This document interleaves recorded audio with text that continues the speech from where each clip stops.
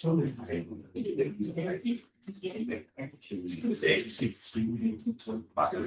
with us. There's another person coming in. That's understandable. All right.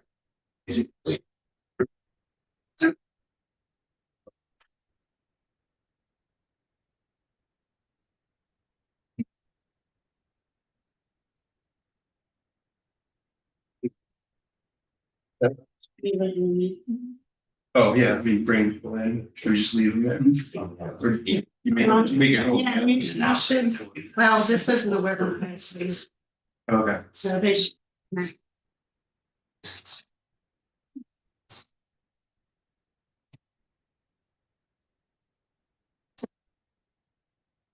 But. We are, okay. I think we're. Need to mute ourselves. Oh, like, yeah, YouTube piece.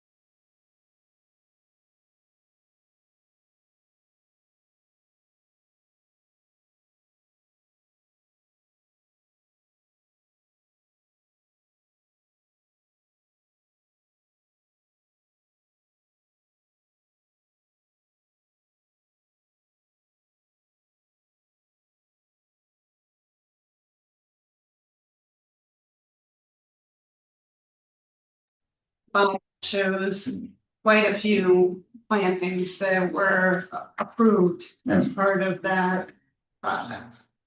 And this was brought forward by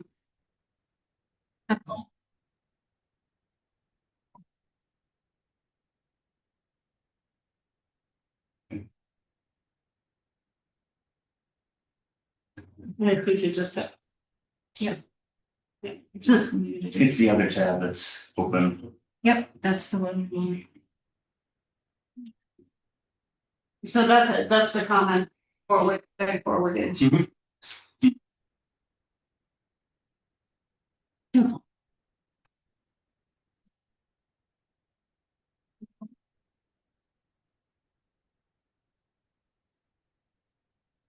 It's the window below this, I think, that you have on the. You said. I think if you hover over the Chrome icon at the bottom of the screen, you should be able to see all the tabs. Is there another browser, Edge?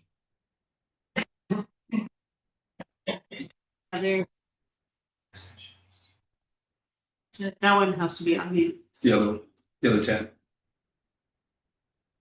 No. My apologies. Yes. Okay, so I think what we're trying to say is. What's the site plan really apply for, right? So we, within our decision, reference the site plan that was approved. Yeah, in the 2000. most recent one being in 2009. Right, So we just conform to that site plan with Yeah. all its plantings, et cetera. exactly, so I think in terms of like. Well, I mean, because in 2009, again, I wasn't here either, but there was no building there, there was nothing there. So it was a full on. This is how the traffic was gonna flow, these are all parking spaces, it was a very full site plan. So we will be referencing that site plan in your decision, since that is required as part of this case. Mhm. So just more of an awareness thing, Mhm. that if there are asks to sort of abide by the site plan. That is what we're referencing. Sure. Okay. Are there any other questions from the board at this particular time? Nope. Lori, I did make one change to the decision. I just sent you folks a modified decision, and that was to include one condition. So of course, this property is within the downtown business district, and signage has to go before the design review committee for review. And ultimately, the permit is issued by the building inspector. So I just wanted to call your attention to the fact that we'll be looking for that signage when you're ready to go before design review, which is another committee that I staff. So you can just send it my way and Bob. As far as the design review board, that must be done before applying to the building permit? Apply for the building permit. I will send staff and process rolling for the design review team. Okay, All right, and you'll work it out with them. sure. Once you've worked out a good solution that everybody's agreeable to, Mhm. whatever changes have been made, will be updated to the permit. And I should get that permit out the door pretty quickly. Thank you. okay. No other questions? Do you guys have anything additional to add at all? You think? I think my only concern was a question that came in today, Hmm, which was in regards to um the permits based on building. Mention of, if we wait for the permit to depend on the license. I think it was Fran's question, that is the building going to be allowed based on the license being approved? And I was telling Matt, so you were, right, I remember now, so you were concerned that the approval of the building permit would be pending approval of the state licenses that are required. Is that something that would come into Or would it be independent of the state licenses here that Jake used to get? I don't have anything to do with state license. Right, Okay, correct. I take care of the building code and the zoning code, so whatever the board decides to come up with. For a decision and conditions with that decision. Sure. Okay, if it's approved, you get a 20-day, you get the right to decision, 20-day appeal period. Mhm. During that time, you may apply online for the building permit, okay? And, I've always made this offer, if during that time, while you're waiting for the 20 days. We work through the building permit process and get everything ready to go. On the 21st day, if everything goes right, I can issue the building permit. Okay, and whatever the state wants to do for your licenses is beyond my control. Okay. Okay, I mean, I don't know if they want an occupancy permit before they grant you the license, or if they need to see the plans or whatever, because sometimes the licensing authorities from the state have different requirements from the building code, Exactly, which I don't care about. I just care about the building. I'm gonna stay in my lane on that. sure. Okay, does that answer your question? Yes, it does, thank you. Yeah, And that's obviously outside of the zone.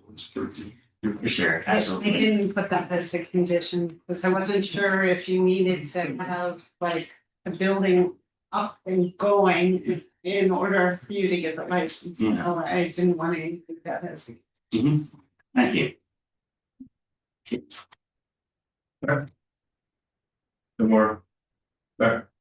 Awesome. Oh, this is a public meeting too. If there are any participants who have any comments, if you can please, or if they're here today, you can please raise your hand. So, Millie, Do you mind clicking on the participant tab at the bottom, please? See if anyone's raising their hand.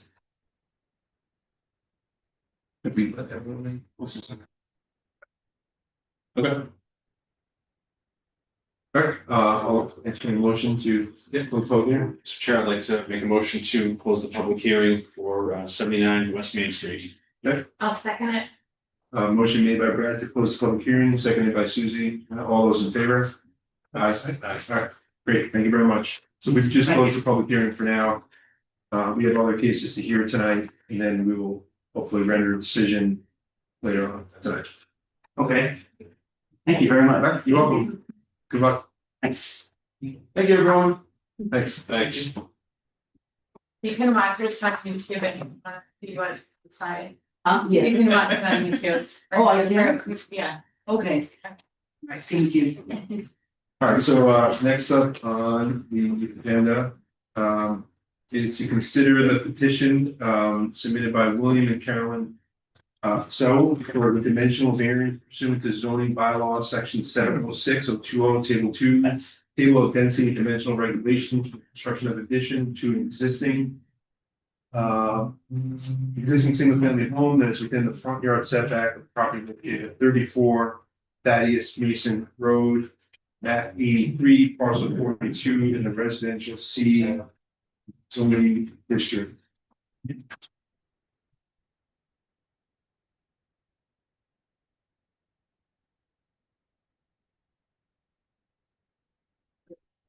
You guys just want to introduce yourselves and then just give us an overview of what it is, the project is and what it is you. Sure, my name is Jake Galant, I'm the architect for the project. And William Showing, the homeowner. What that is, Bill Bill and his family would like to expand their home, and it was built in a neighborhood with other homes that are very similar. It's a 2-story colonial with a 1-story garage attached. What's unique about this property is it's a corner lot. And the shape of it is see how the house is sort of configured where it's not exactly in the center, it's more towards the Samuel Gamble Road, which is the westerly street. And Thaddeus Mason Road, as the house faces, is on the south there. The garage that we want to expand as part of the renovation project is on the left facing Samuel Gamble. By right, so the existing house is 32.5 feet from the property line. Because it's the corner lot, with 2 front yard setbacks. Makes sense. So 2 30-foot setbacks rather than what would typically you'd see a 15-foot side yard setback. It's not the case on a corner lot. So here the garage is 20 feet deep right now, so that the opportunity that they see as part of the renovation project is to make the garage a standard 24-foot depth, which would fit family vehicles. Currently, the garage doesn't really do that. So if we expand 4 feet, that takes us to 28.5 feet, which is a 1.5 foot violation of the setback. So we're asking for 1.5 feet to be able to make this extension. That's the bottom line. I mean, I could expand. I don't know if there are any questions. Pretty straightforward design. So right now, if there's you can see if you scroll down, there's some photos. See the roof of the garage on the left. So if you scroll to the left slightly, there's a photo of the front of the house. So there's the 1-story garage. So they want to build a master bedroom suite above the garage and expand the garage at the same time, which will be attractive, and it'll be nice for their family to be able to stay there, live comfortably. They really like the neighborhood, and the garage in the photo on the left will just be 4 feet longer. So there's some elevations and some plans of the proposed house after the renovation.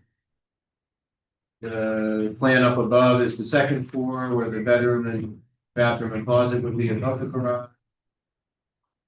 And then the plan below, so it's existing second floor, we're just reconfiguring, renovating.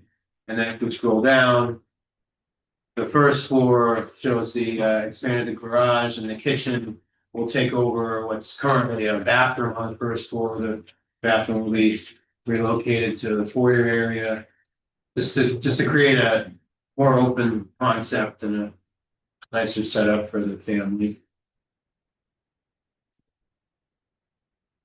Okay. Anyone on the board have any? Yeah, quick question. So you guys are just building or encroaching 4 feet into the driveway, right? You're not doing any changes to the front or the back, just. Correct, the Straight. current Okay. driveway will be 4 feet shorter. No other work is proposed. Okay. To the outside.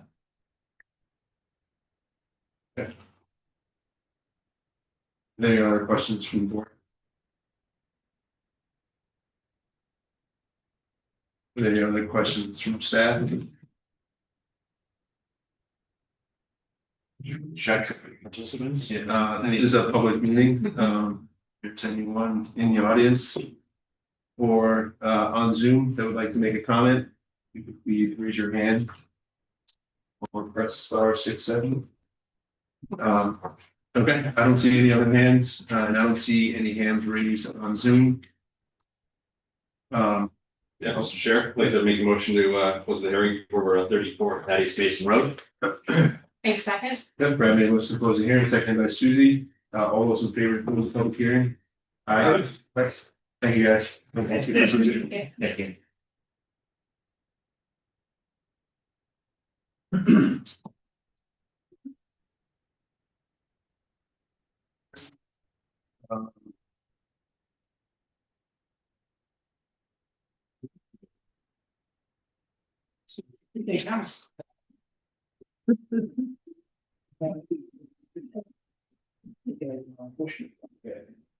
All right, so next up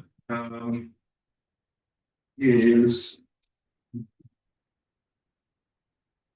Next up is to consider the petition submitted by LAK Newport Realty LLC for a special permit for a horizontal mixed-use development and restaurant, including alcoholic beverages use pursuant to zoning bylaw section 705-030, table 1, table of uses, part B, commercial and industrial districts.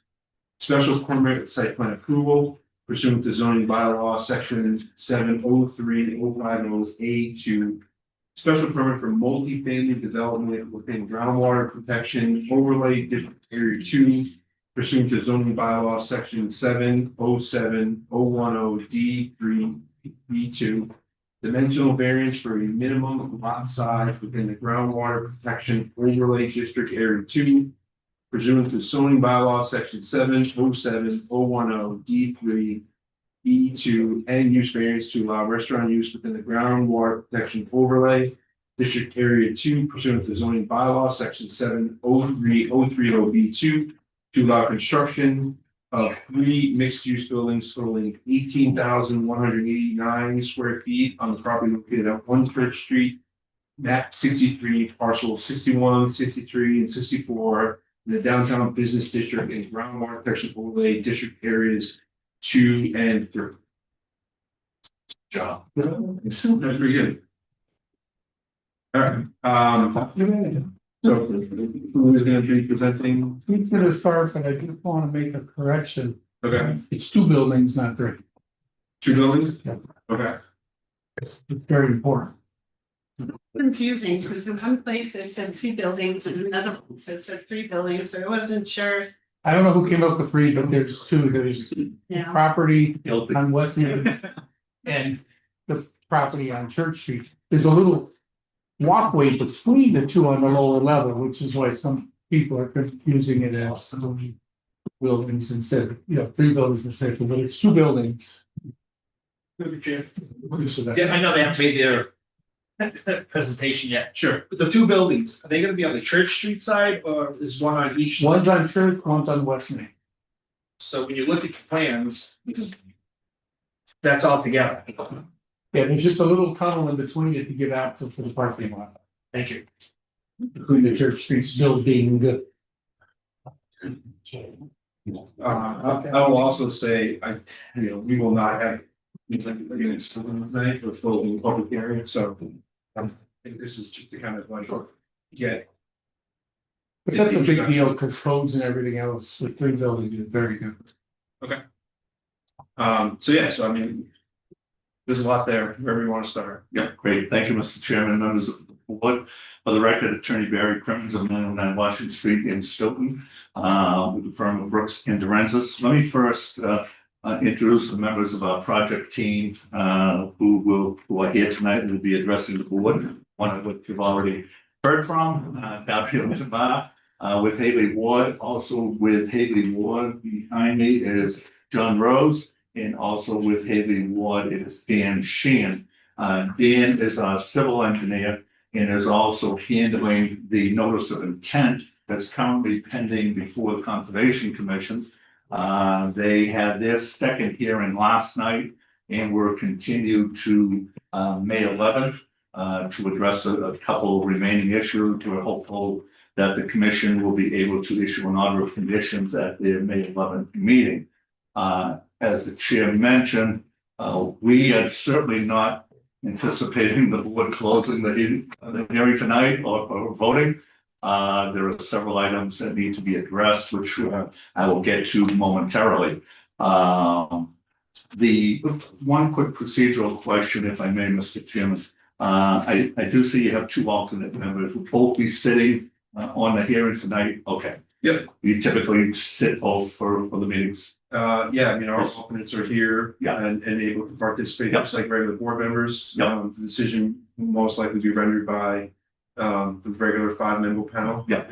Just, I always like to sort of address the Mullen issue in case it comes up down the road, particularly on a matter where we might have multiple hearings. So I just want to confirm that both the alternates are sitting, which we're happy to have. The other member of the project team that's with me tonight is my colleague at Brooks and Dorenzis, Chris Yates, seated to my right. The applicant, as you mentioned, is LAK Northborough Realty LLC. It's an LLC that's managed by Chris Milton. The project is sort of a combined effort of Chris and his wife Millie. And I believe, I do see that Millie is on the hearing from parts unknown. And glad to see that Millie could attend tonight. You mentioned during the reading of the public hearing notice, one of the applications before you was an application for a special permit for the restaurant with an alcoholic beverages license. If this board sees fit to grant that special permit as well as the other special permits and variances requested, we will be going before the select board at a future date for the liquor license application. Millie intends to run that restaurant. And I'm sure many of you know, she has a restaurant just down the street, C'est La Vie, on Main Street. And so this will be her second endeavor into the restaurant business. I do need to apologize on the issue of the 2 buildings versus 3. I actually misinterpreted our plan when I originally put the application together. And I was the one that indicated that there were 3 buildings in the project. As Dario mentioned, the building on Church Street is actually a connected building, so it's considered 1 building. And then we have the building that faces West Main Street. And I won't go through it at the moment, Mr. Chairman, unless there are questions. But in my materials, specifically in my project narrative that was submitted as part of the application, I list the special permits and variances that we have applied for that were included in the legal notice. And I also list our justifications for those special permits and variances. So certainly happy to answer any questions that the board members may have. But it was not my intent to go through each of those tonight, again, unless there aren't any questions. Since we submitted the application, there were several supplemental materials either received by us or submitted by us to the board. One of which was a preliminary traffic assessment prepared by Fuss and O'Neill. It was preliminary in nature and intended to be so. Fuss and O'Neill is preparing a more extensive traffic report that we will be submitting to the board, hopefully before the next meeting. If we get continued to the May 26th meeting, recognize, and I spoke to Ms. Connors before tonight's meeting, recognize the fact that Tetra Tech will need to review that report.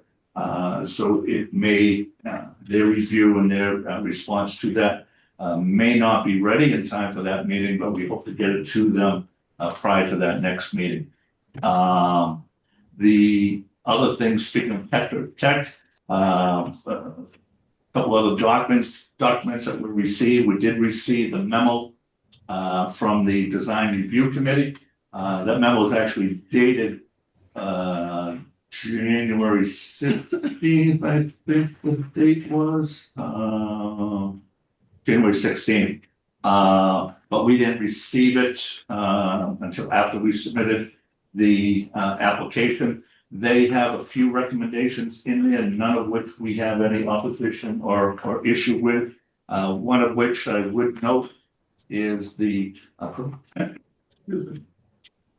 proposed crosswalk to be installed on Church Street opposite our site. That per the recommendation that we design that crosswalk, but it be installed by the town. Which we are happy to do, and we can talk about that in more detail or answer any questions that the board members may have relative to that issue, as well as the other comments in the Design Review Committee's memo. We also received Ms. Connor's memo dated April 7th. We just got that last week, and so as well as the memo from Tetra Tech, they were retained by the board to perform a peer review, both for purposes of the application pending before you folks, as well as the notice of intent with the Conservation Commission. So that's why their memo addresses not only zoning related matters, site plan related matters, but also groundwater matters that do involve both boards. And again, we're happy to address those issues. Our hope and our plan is to prepare a response memo to each of those 2 memos, both the memo from Ms. Connors as well as the memo from Tetra Tech, and respond to each one of the points in both of those memos and get those response memos to the board prior to the next meeting. In reviewing the two, I don't think we saw anything, at least initially, that we perceive as a major issue or anything that we can't address satisfactorily.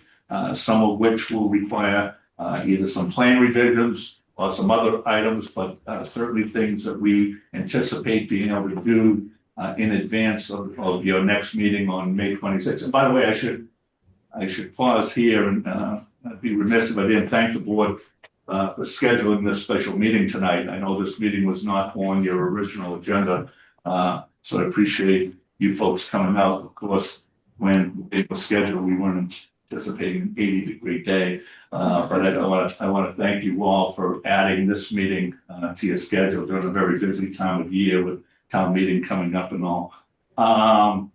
So with that, Mr. Chairman, I think I've addressed the relief that we requested. My narrative addresses the our support in the memo in support of the requested relief. And I mentioned the liquor license that would be applying to the select board for. I think at this point, Daryl, were you going to address the buildings, or was John going to, as far as going through the ground up? And again, Dan Sheehan is available to address sort of the groundwater issues if there are any specific questions. But once again, I think the memos that we'll be submitting will address all of the issues that were raised in those two memos. So with that, I think hope to be helpful. Laurie, is it possible to pull up the colored plan? That's probably the best one to go by. First floor plan. Yeah, I think it would be helpful, to sort of like start with orienting the property and then sort of the buildings, and kind of go one by one. What's going where, Yeah. sort of thing. Yeah. And well, there it is.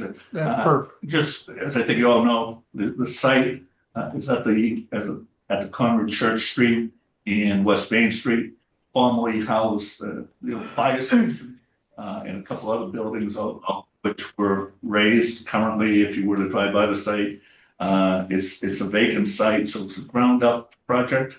And with that, I'll turn it over to Dario to address where we're located and what we're proposing to build. Okay, well, thank you guys all for hearing us. Should I point there or not point at all, or what works best for everybody? Just, you just can I stand up? All right, sure. So,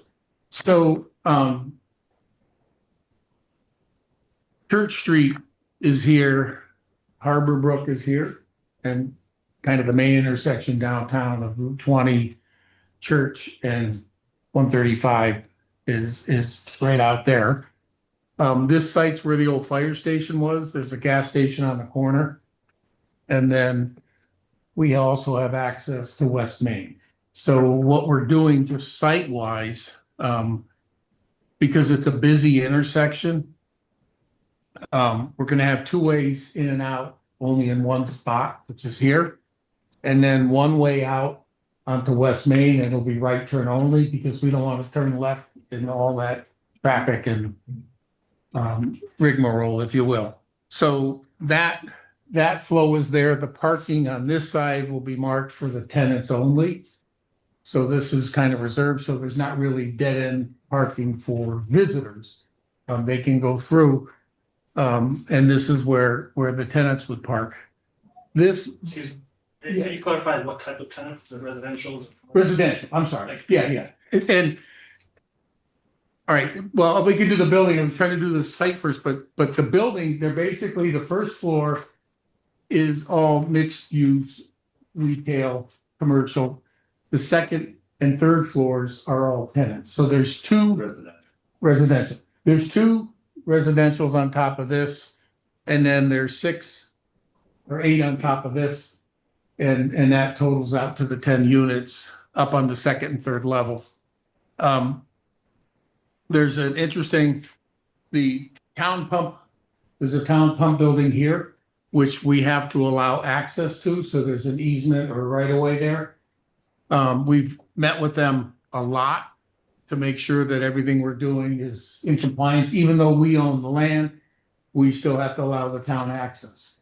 And in so doing, if you go there and look at that, the paving is pretty beat up and a mess, so we're gonna make all that look really nice when we're done.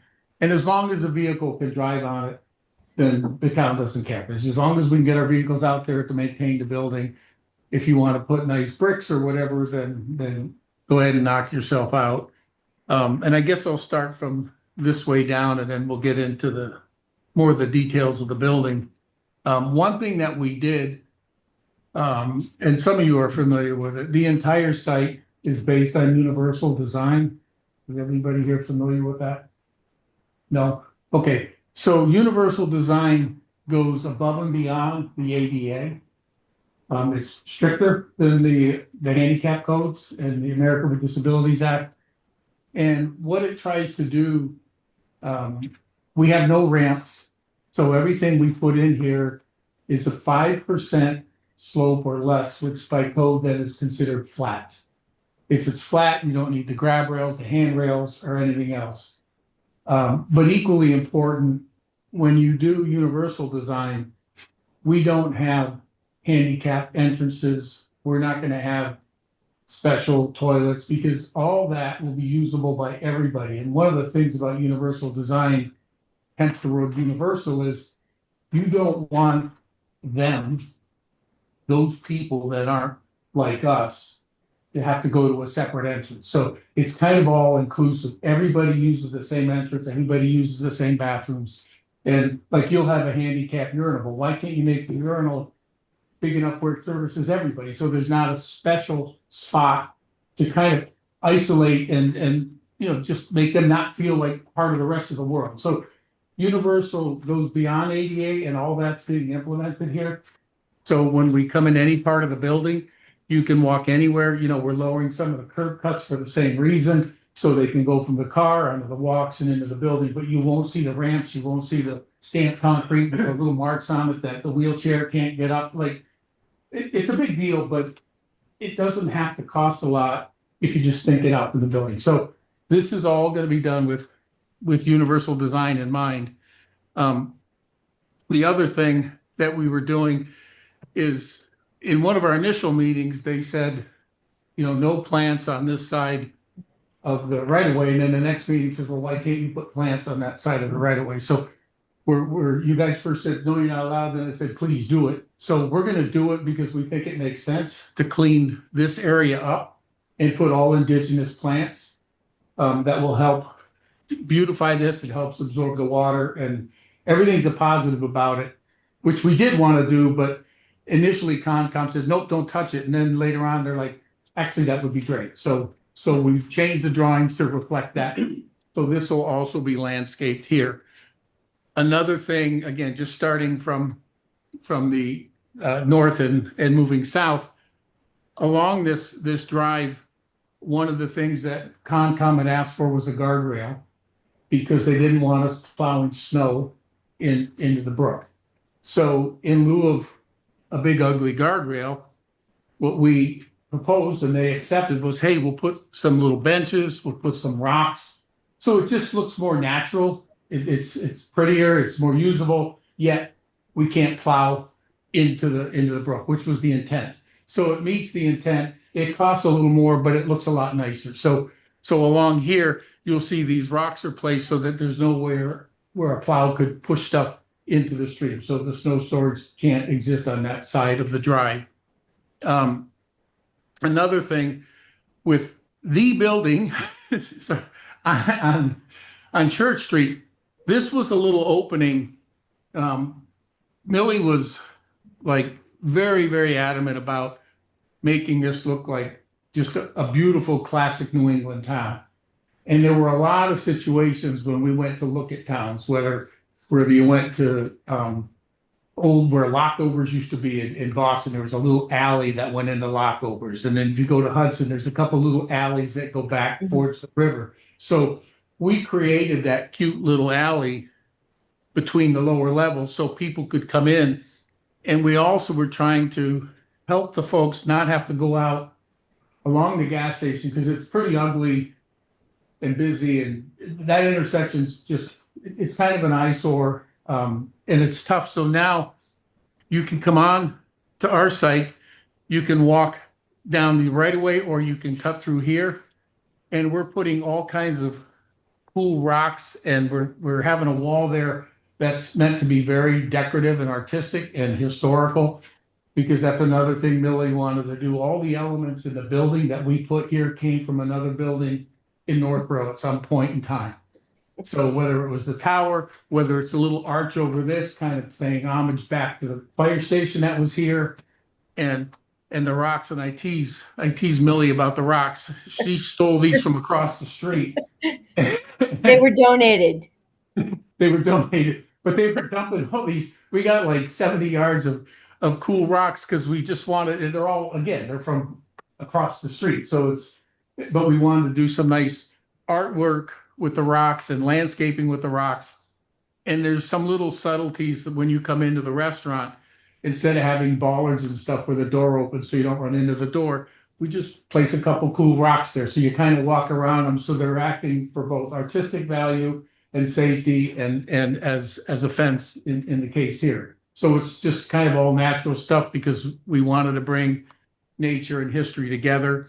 You'll see some planters and plant boxes on the front of the buildings. We wanted to do the same thing there, and some green space, and even in the back, we've got some planters where the cars pull in that we can put plantings in. So there's a lot of mixing with nature and the walkway, but what else happens is instead of going around the gas station, you can cut in either way and walk all the way over here and then get on the West Main. And it's meant to be just a nice experience with a couple benches and things along the way. The trash, which is here, is going to be made out of the same material as the building. So the code says, oh, you have to have a 6-foot high fence. Well, we don't want it to look like a fence covering the garbage. So we're going to have it just like same materials of the building so it fits in. It costs a little more, but it looks a lot nicer. So that's just a little subtlety here. The restaurant is designed to be on the first floor here and possibly a little piece of the second floor. When we get to the second floor plan, we can look at that. This is just mixed use. So you have a back entrance and a front entrance, and the restrooms. And this dotted line, which I can't make it dark enough, but there's a dotted line here.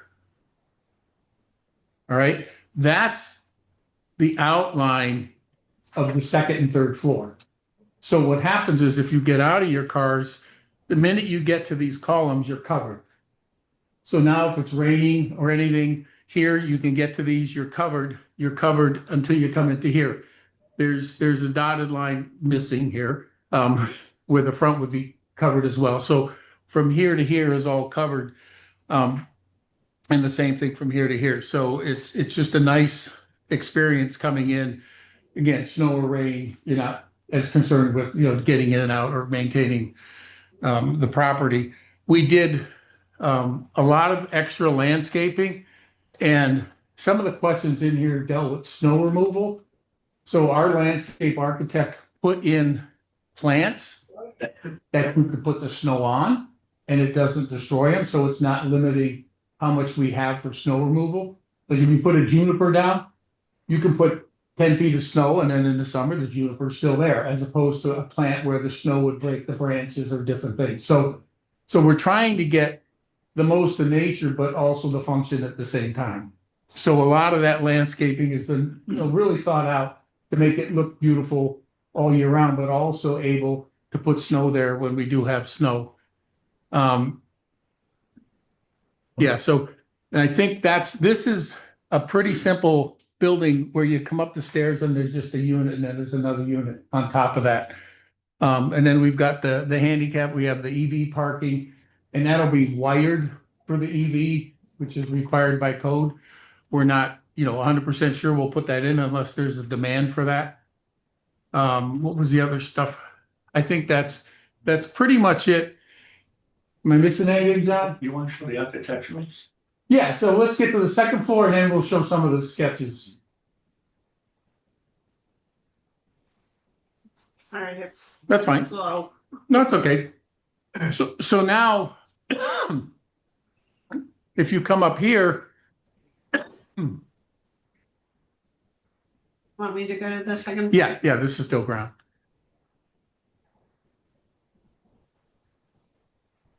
So when you get up here, these are the walkways that are down below underneath. And now the building's coming out further, and this is that walkway that cut through the building. So we'll have an opening here so we can look out. And then the stair is meant to be a different element. When we get to the renderings, we'll show you that breaks apart two buildings, and it goes back to some other buildings that we've had here that had some cool towers on them, including kind of talking to the tower across the street with the new fire station. But we've had other buildings here that had those nice towers. So this is just, you know, 1 tenant, 2 tenant, 3 tenants, 4 tenant. They're 1-bedroom apartments. And then the floor above is the same footprint. So it's basically this times the third floor. You come up. We were also lucky. I can't help it. She's here, but I'm going to talk in front of her back. We don't need an elevator by code. Millie said, put an elevator in. So we're doing that because if you have less than 8 spaces, 8 or less, you don't need an elevator to get up. So, but she said, let's do it. I want to be good to the people. There's an old person there. We don't want them climbing stairs. So we have the elevator in, we have the stair for egress. And that's kind of cool because then you can get anywhere you want. Goes back to the universal design again. Anybody can get anywhere at any time, which is kind of cool. All right, now we can go to some of the elevations or renderings. That's basically the third floor. It's pretty much a mirror. So is that, sorry, the roof section that you Here. showed, is that like a roof deck? Or is No. that- No, that would be on the second floor. That's just the roof. Got it, okay, thanks. So if we go, yeah, It jumps. that's right. No problem.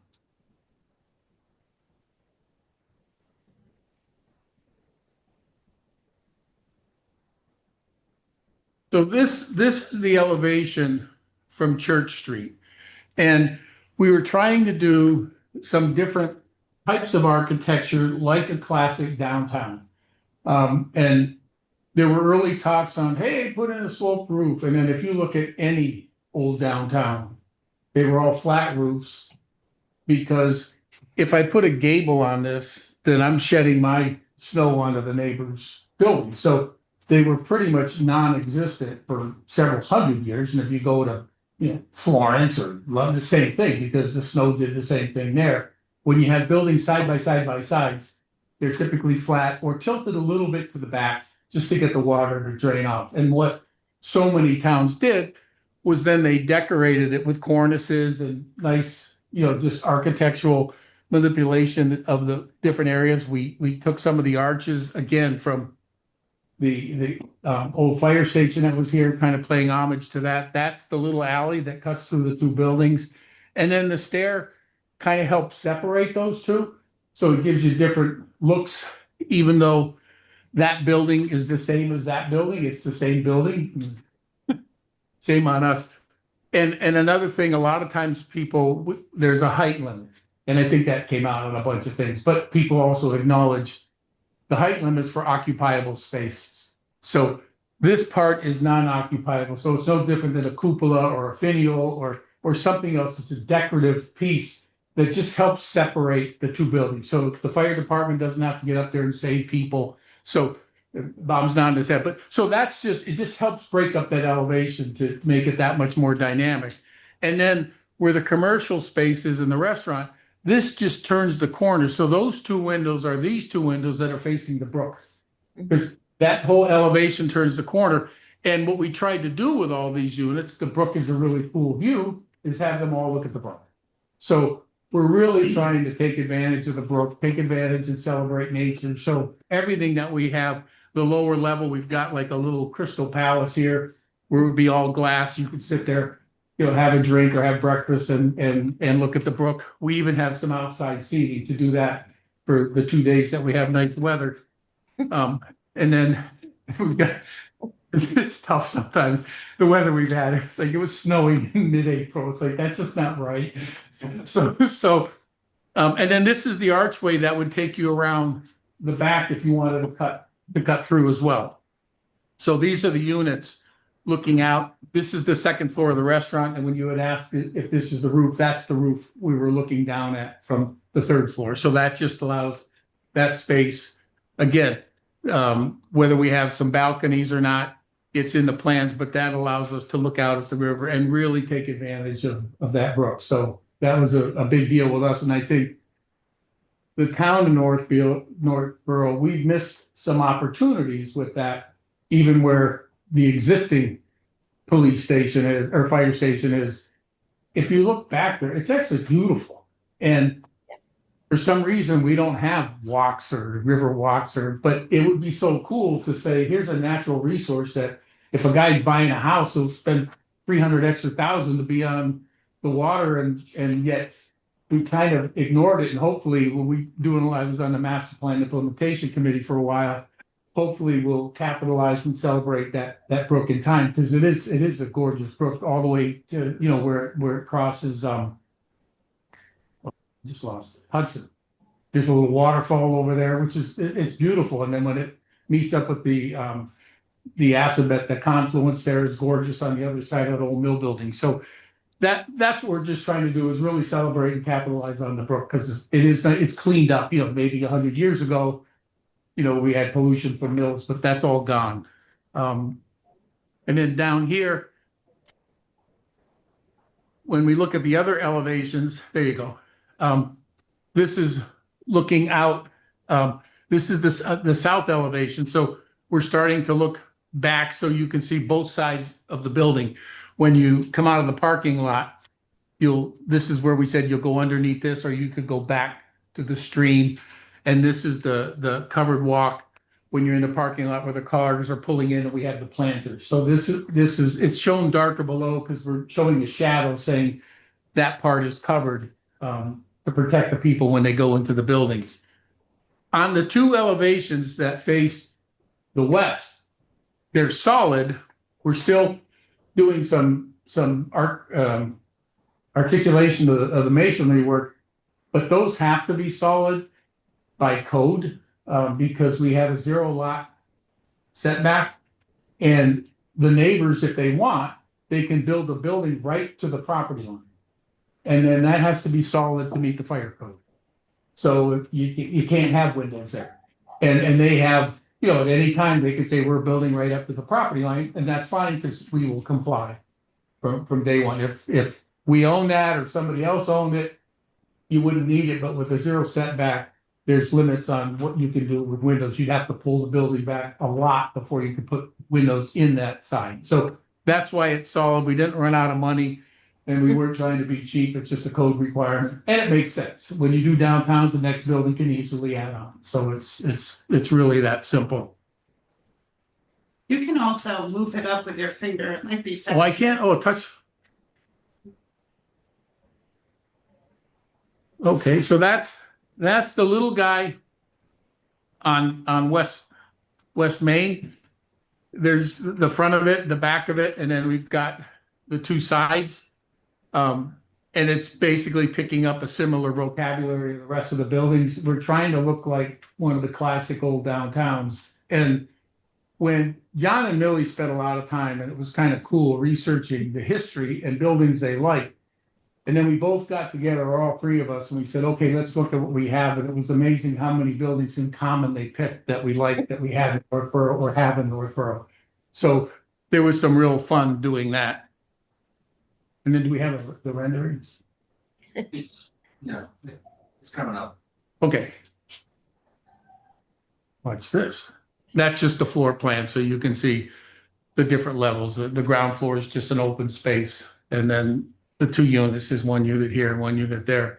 Again, facing Main Street, and it's far enough away where we can have windows on the other side. Away from. So sorry, all the units will be 1 bedroom, is that correct? Yes. Okay. Yep. So this gives you some idea of some of the massing. I'm gonna go up. Yeah, that's. Smaller. Yeah. Oh, can you do that? Uh-oh. See, Mr. Technology, how bad I am? Oh, someone. Are you saving me? There you go. Thank you. So do I dare do that? Let me do it. Thank you. You can't have an old person do the electronic stuff. So it gives you some of the idea of coming in, or we're not coming in, but exiting on the West Main, what it would look like from West Main, where this building is behind that building. So it looks like everybody in town knew each other. We were trying to be kind of in harmony with the design. And then if you look at, see now, there we go. That's a good shot of what it would look at from Church Street if you're coming across the bridge. So you can see how the building turns the corner. And it's meant to kind of look like different buildings instead of being some monotonous, just the same thing going on like an old mill building, which can be gorgeous, but we weren't trying to emulate that. So we have different feels. This is pulled back further so we could get more planters out towards Church Street. And right here, under that arch is where we would propose to put the crosswalk. So that way people coming across, they're gonna cut through, they can cut through our building and go on. And a lot of the folks that will be coming up, a lot of them come up from Whitney, they cut through and they go over to Dunkin' Donuts. So rather than dragging them all the way out to West Main, they can cut through our land, it's safer, it's a nicer walk. And we're really, Millie wants the public here. She wants to embrace the public. That big walkway in the back costs a lot of money. It's not required by code, but it's a really nice thing for the town to have, to avoid walking around all the gas stations and the busy cars. So that was just something that we're kind of giving in hopes of just having people enjoy it that much more. So there's several things here that aren't required. We just want to do, because the sidewalks are there. You can walk down Church Street to West Main and turn right. Yep. But we've got too many gas stations over there, and that's, even when we did for the DRC, the code required us to do elevations of adjacent buildings, abutting buildings, and the next couple down, so that we would do what's called contextualism, which means kind of match what's there. But it was gas station, car repair, gas station. Are you sure you want us to match this? Because they weren't that great looking. So we kind of said, here's what's there, but we're going to try to do a little bit better than the look of a gas station. So that's what we're trying to do here, and hopefully you guys like it. But that's kind of where we are. It's very kind of old time signage where you just have a bandle on the building and you put the name of your establishment there. So it's not meant to have big neon bright signs. No. I was on that committee for a while too. I think that's it. Do people have questions about the building? Yes. So I guess I'll start by saying thank you guys very much for the presentation. So just to confirm, you guys have received the sort of the comments from Tetra Tech. Yes. And you guys will be providing detailed response to each of the different items. So. An item by item response to every number, because we just got it yesterday. Okay. And you guys got it Friday, so it wasn't like we had weeks. Details. Yeah. So I won't ask that question, but I do know that Steve Woolley from Tetra Tech is on. So if you guys have questions, clarifications, we did ask him to join tonight. Oh, that's great. I will say, I do think there are two comments that I think are important, at least from my perspective, as I sit here tonight. Obviously, the first one is the traffic study, which you guys are well aware of. Yep. To go through all that. The other comment is about the expected water and sewer demand, estimate of employees, sort of that plan as well. So I assume this is on town sewer. Yes. Okay. So I think that those are two things for me that I think are looking forward to seeing. So is the restaurant, the roof deck, is that all in the same, like? Yes. That's like wherever. Yes. Miller. And then, was there a dumpster location? Yeah, Sorry, yeah. I might have missed that. Remember I said we were screening it with the same materials, we're making it all brick. Okay. And the doors aren't shown, but there would be two doors on. Olive drawing that we originally had up shows the location of the dumpster. It's on the first floor plan of the site plan. Yeah, what speed it is. And that was a comment from some of the folks. They wanted it easier. So you come right in here, the dumpster's right there. It's right, oh boy. They're trying to trick you. I can dance too. I get the right opposite the church. Right here. Entrance, right in the back here. So the truck comes in, takes the load and leaves. It's that simple. We had it back here at one time.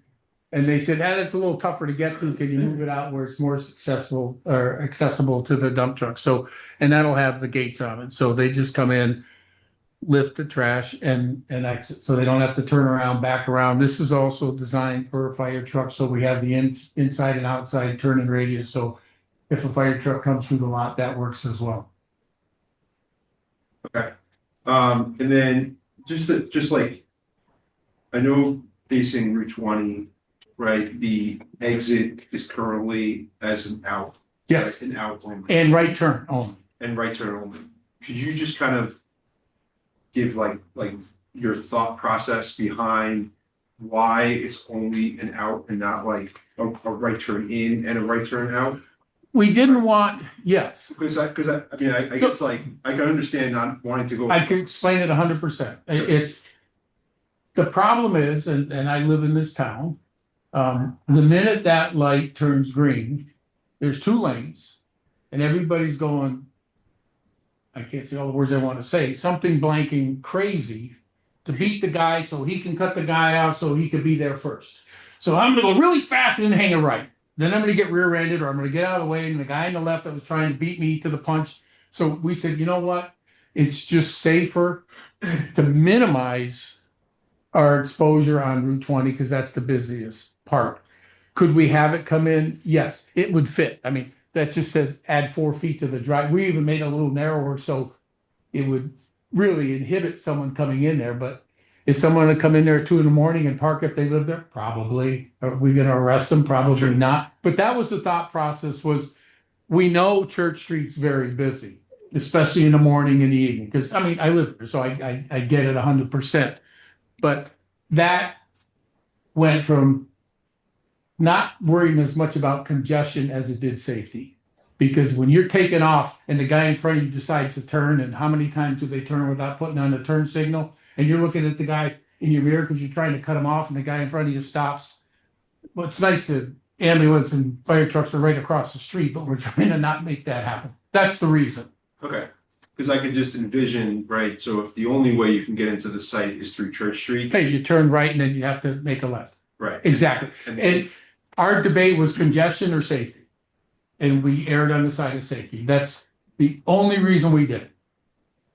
We can do it either way. If you say change it, we'll change it. But with me, I'd rather have someone wait an extra 90 seconds than someone go through a windshield. Sure, yeah, I mean, you know, That's the only reason. having driven through downtown, I totally get, like, you know. Rain. They're raining on your parade. Totally understand that. But that's the reason. And Yeah. and we can't do it anyway. We can have it 2 ways, 1 way, but we just thought that was the safest. And I think this is why sort of traffic study is, in my opinion, like extremely important, because I think that's probably the biggest like concern probably anybody has. Sure. Is how is traffic going to flow in this site? And so if you're only allowing, you know, 1 way in, and that 1 way is on Church Street. Correct. Having to cross 2 lanes. Yep. Right, where there is already backed up, right? So if the light turns green. I get it, on 100%. 20, and you're making a right, and then you're wanting to make, you know, like. we get it 100%. Yeah. We just erred on the side of safety. That's all we did. If Okay. you say, hey, let them come in from the right, I'm happy as a clam. I mean, it's not like an expenditure or a problem. If the town says, hey, we want to be able to come in there, we can do that. It was just safety. That was the only reason. Okay. Yeah, so no, sorry, Mr. Chair. So I know the traffic study will help us out with this. What are you thinking about from your perspective, like an entrance from Route 20 into this project? I'm just curious. Well, so I think my biggest thing is if people trying to get onto the site, allowing them the easiest way to get onto the site. Right, like, and get basically off the road, right, is sort of what I'm thinking, and so. As someone who drives, down Church Street, having to make the right and then stopping and waiting for 2 lanes that aren't gonna be moving. Because you at a red light. Yep. Right, just backs everything else up, right, and you consistently have, or not consistently, but, you have people coming up 135 that are then going to Church Street to get to 290, right? And so Got it. that, like, traffic flow, I think is. You're either going east and west, or you're doing sort of that north and, north and south, right? And so whether they. I just see the only way, if the only way you can get in is through Church Street, right? Having to make a left across 2 lanes. I get it 100%. Yeah. It's just, again, it was safety or congestion, and we went with safety, and that, if you wanna do it the other way, it's easily accommodated, so it's not like we can't do it. Yeah. If I may add to Which is that, why I'm asking for like. Yeah, that's, Why, that was the reason, it was 100% based on safety. if I may add to Darrell's comment, Mr. Chairman, I think as it relates to somebody taking a right turn in on West Main, that's simple enough, and I appreciate the chair's comment to take some of the congestion off of Church Street. I think our other concern along the lines of what Darrell was saying is if that were also an entrance, if cars were trying to take that left into the site and now once again crossing the 2 lanes of traffic on Yeah. West Main as opposed to the 2 lanes of traffic on Church Street, so. yeah, and admittedly, I don't think there's like a perfect answer. You can't teleport someone onto the property, Yeah. right? Not yet. Yeah. You're not wrong. The other, I'm sorry, but the other thing I might want to ask is, because you're making actually me think about this a bit more, is if you go further up Church Street towards 290, it does veer off to the right, and I think there's an opportunity to almost do a turnaround there right before the church. Isn't there a small triangle where Yeah. I've seen people veer to the right, take I a see left? that often, yes, as Yeah. a way to get back to the town Yep. hall, if I get stuck in Yeah. the CVS. And some people Yeah. cut Hudson as well, and they'll cut that corner. Yeah, so people will, in my mind, the idea would be, if I'd rather they do that than try to get in there if they can't, is veer off to the right and then make two lefts. Yeah. And so are you proposing a no left turn from Church Street into the property then? I wouldn't, because how would you get in? You'd have to You'd have go to do a U-E in the middle of Church Street somewhere, which you're gonna pull in the neighbor's property or a driveway or something else, which I think could be even worse. Again, it was really safety more than congestion. It's a tough, it's one of our busiest probably the busiest intersection. Yeah. And it's undeveloped, and to develop it, you have to give access to your site. Yeah. So, we can't do it on the other end, so it was one of those things, okay, you're gonna put the main drive with the view of the stream. So that seemed broken too. So there's a drive there anywhere from when the house was there.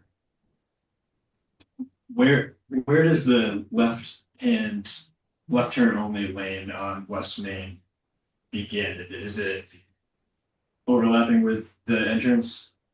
Well, you can't turn left into our site off of No, West Main. fees on West Main. Oh, no, it's Is it set before your entrance? Do you know? the left turn. And so you're going Into towards the left center. lane. Oh, no, the left turn only goes down 135. It's before this. I think, Jeff, I think what you're saying is if you're driving east on Route 20 from, say, Dunkin' Donuts, or Yes. the fire station. Got it. The left turn only lane, Yes. does that start in front of the gas station? No, it starts further back than that. Okay. Okay. Yes. And that's the main concern, right, of allowing people to enter in that entrance is that there's 2 lanes. Right, you'd be crossing 2 lanes, and if you watch how people drive, and again, this is horses a million years ago. When the light turns green, sometimes your main goal is to beat the guy next to you. And the minute you do that, that's when accidents happen, and I can't change human instinct, so that left turn, we didn't want people doing that because when that light turns green, and I have a clearance now to get into this, and I get in and there's someone backing out of that space, so I stop and then I get rear-ended. So we didn't want anything coming in off of 20 purely for safety reasons. That's the only reason we did it. Yeah, I think it's a tough situation because I like the idea of being able to turn right into the property, but you don't want people to turn left. Yeah, Yeah, that's weird. Mm-hmm. That's hiding, I didn't even know you can signage that. Yeah, no, I was like, you No. can voice that, no chance. Yeah. So having a right turn only into the property, but not having people going eastbound on 20 taking a left. into it. Yeah. There's no way you can voice that. I mean. Yeah, I mean, there's gonna be people trying to take a left onto, yeah, I mean, honestly, like, that's just how it is. It is what it is. yeah, I just think my general thought is to have only one way onto the property on Church Street. I think to me, seems like, you know, again, like I said, like, you want people to get on the property, right? Like, Sure. that's the goal. So like, try to make that as easy and as efficient as possible. That's just my general. Just a thought that I have, I'm not a traffic engineer. Yeah, And, you know, our report, I'm sure we'll address this. One possibility would be if they hatched the entrance on Church Street so the cars aren't blocking the entrance to make that left turn easy. What do you Okay. mean? yeah. You can be like a big cross and an X and you Yeah, say, you put it, don't. yeah, you see, there's a don't block intersection and don't block driveway, and it's a hatch there on the pavement. So the cars coming up Church would stop in front of the They do building. that in front of fire stations. Yeah, and not block the entrance drive. Right. So now the cars that wanna take that left, hopefully the cars on Church are gonna stop and let them make that turn. Yep. Just a thought again, it may not work, but That's a great thought. I think you should do that regardless. yeah. But yeah, I just, cause that intersection going north and south, I think is probably the biggest like issue and for No anyone. doubt about it. Yeah. There's a Yeah. wonderful, And like I said, there's no like perfect answer, Mm. right? So, and the reality is we can do it. If you say do it, we do it. Yeah, it's just, The left turn only starts in front of WCD garage. It's all the way back to there, just look at it. And so the property further to the west. yeah. Yes. page north, what we're looking at, that Yeah. sort of box right above us. Okay. And down the street on 4 West Main, that parking lot you can only enter. So it's not like, Northborough's kind of used to one way only parking lots on Main Street. And like the Bank of America or whatever it is. Yeah, like Vertex. Like you you can cannot only- make a left in, right? that, You can make a right in, but you cannot make a left in. Right. yeah. Right. And then Vertex or the old Bank of America, like you can only, I think, enter, you can't exit, or vice versa, I never go there. But remember, they shut that down because it was too busy right Yeah. there too. Yeah, if you're going westbound on 20, you can't take a left at that light into Bank of America. I always have to go up and around. I think that's the new sign. So Yeah. for release it the other day. Yeah, but neither one of those examples addressed what, as he said, coming off of a red light, merging into a single lane, and two cars racing each other. The difference is Right, come oh past yeah, and Cumberland, just saying Northborough. they're both is two like lanes, a- nobody's cutting. A one way. Coming from 20 east into Vertec, nobody's racing each and other. we see it in front of I us. see his point, Yeah. because I Yeah. played with this before the meeting, Yeah, like, I didn't like But the the- whole thing, and I can't come up with anything. We see it in front of our building. Our office is on top of the neighborhood tavern. And that's 2 lanes for about 800 feet, and you wanna talk about maniacs getting in the right lane because they see it and like. You guys are pointing at each other, so maybe you guys cut each other off. But that happens, and imagine if a guy stops turning into the tavern, now you're gonna rear end him, he's gonna hit the other guy from behind. And the same thing going the other direction, if you're heading west at our intersection, you've got 2 lanes for, 1,000 feet, and those people go out of their minds. You get like 3 cars on the right, and they're like looking at the light and they're waiting, and then, then they're running into Moe's trying to cut over. Yep. That's what we're trying to avoid, is Yeah, no. the knucklehead who pulls in and stops, and then the two guys are racing, and it was really more safety. No, Yeah. and totally agree. And I see it all the time. Yeah, no, It's, I think for downtown, there's probably more of a thought about, I mean, the point of the tavern speeds limit is 45 miles an hour too, so it's different between there and obviously downtown, which is, I believe, 30 miles an hour. I mean, I'll also say, you know, if you're traveling west, I mean, you sort of have that sort of juncture point happen with Dunkin' Donuts. And obviously anyone who drives by Dunkin' Donuts in the morning knows sort of Exactly. traffic flow where cars are lining up to get it. And so like that sort of choke point happens sort of further east. Yeah. You know, not because of the road, but because of, you know, a business, right? So again, I just want to understand the thought process there. Yeah. I mean, I think we're, you know, what we're trying to do is to limit as best we can, or at least that's what my thought is.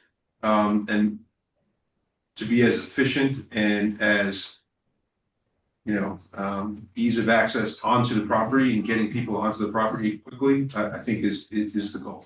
agree, And so 100%. that's just my general thought.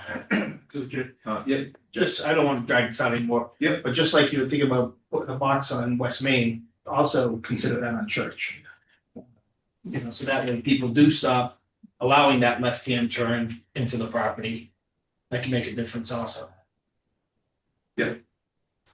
There was also a comment made about a crosswalk with a light for yielding for pedestrians. I don't know about the light, but we were gonna design the crosswalk. Like, would that have an effect of backing up traffic then? Yes, To the center? yes, if someone wants to cross the street and all the cars got away. right, where was the proposed crosswalk? So that was the design review committee. Memo where they recommended the crosswalk location. You said you have on your site plan. It's on site plan. I don't know that we had something. flashers and lights, I think it was just a crosswalk. We just proposed to, better. I do have one concern. So the design review committee's suggestion was that they would design it and the town would pay for it. But, you know, the town doesn't necessarily have the money to pay for it. So there's this, you know, the ZBA can't mandate that the DPW do that. So. one Hopefully you won't suggestion mandate we do it either, because that's not fair to the client. Them do it. The design review committee's memo has this map attached to it, if you folks don't have that, which shows the location of the proposed crosswalk, as Dario said, pretty much in line with our building. I know, there we are. Yeah. Okay, right.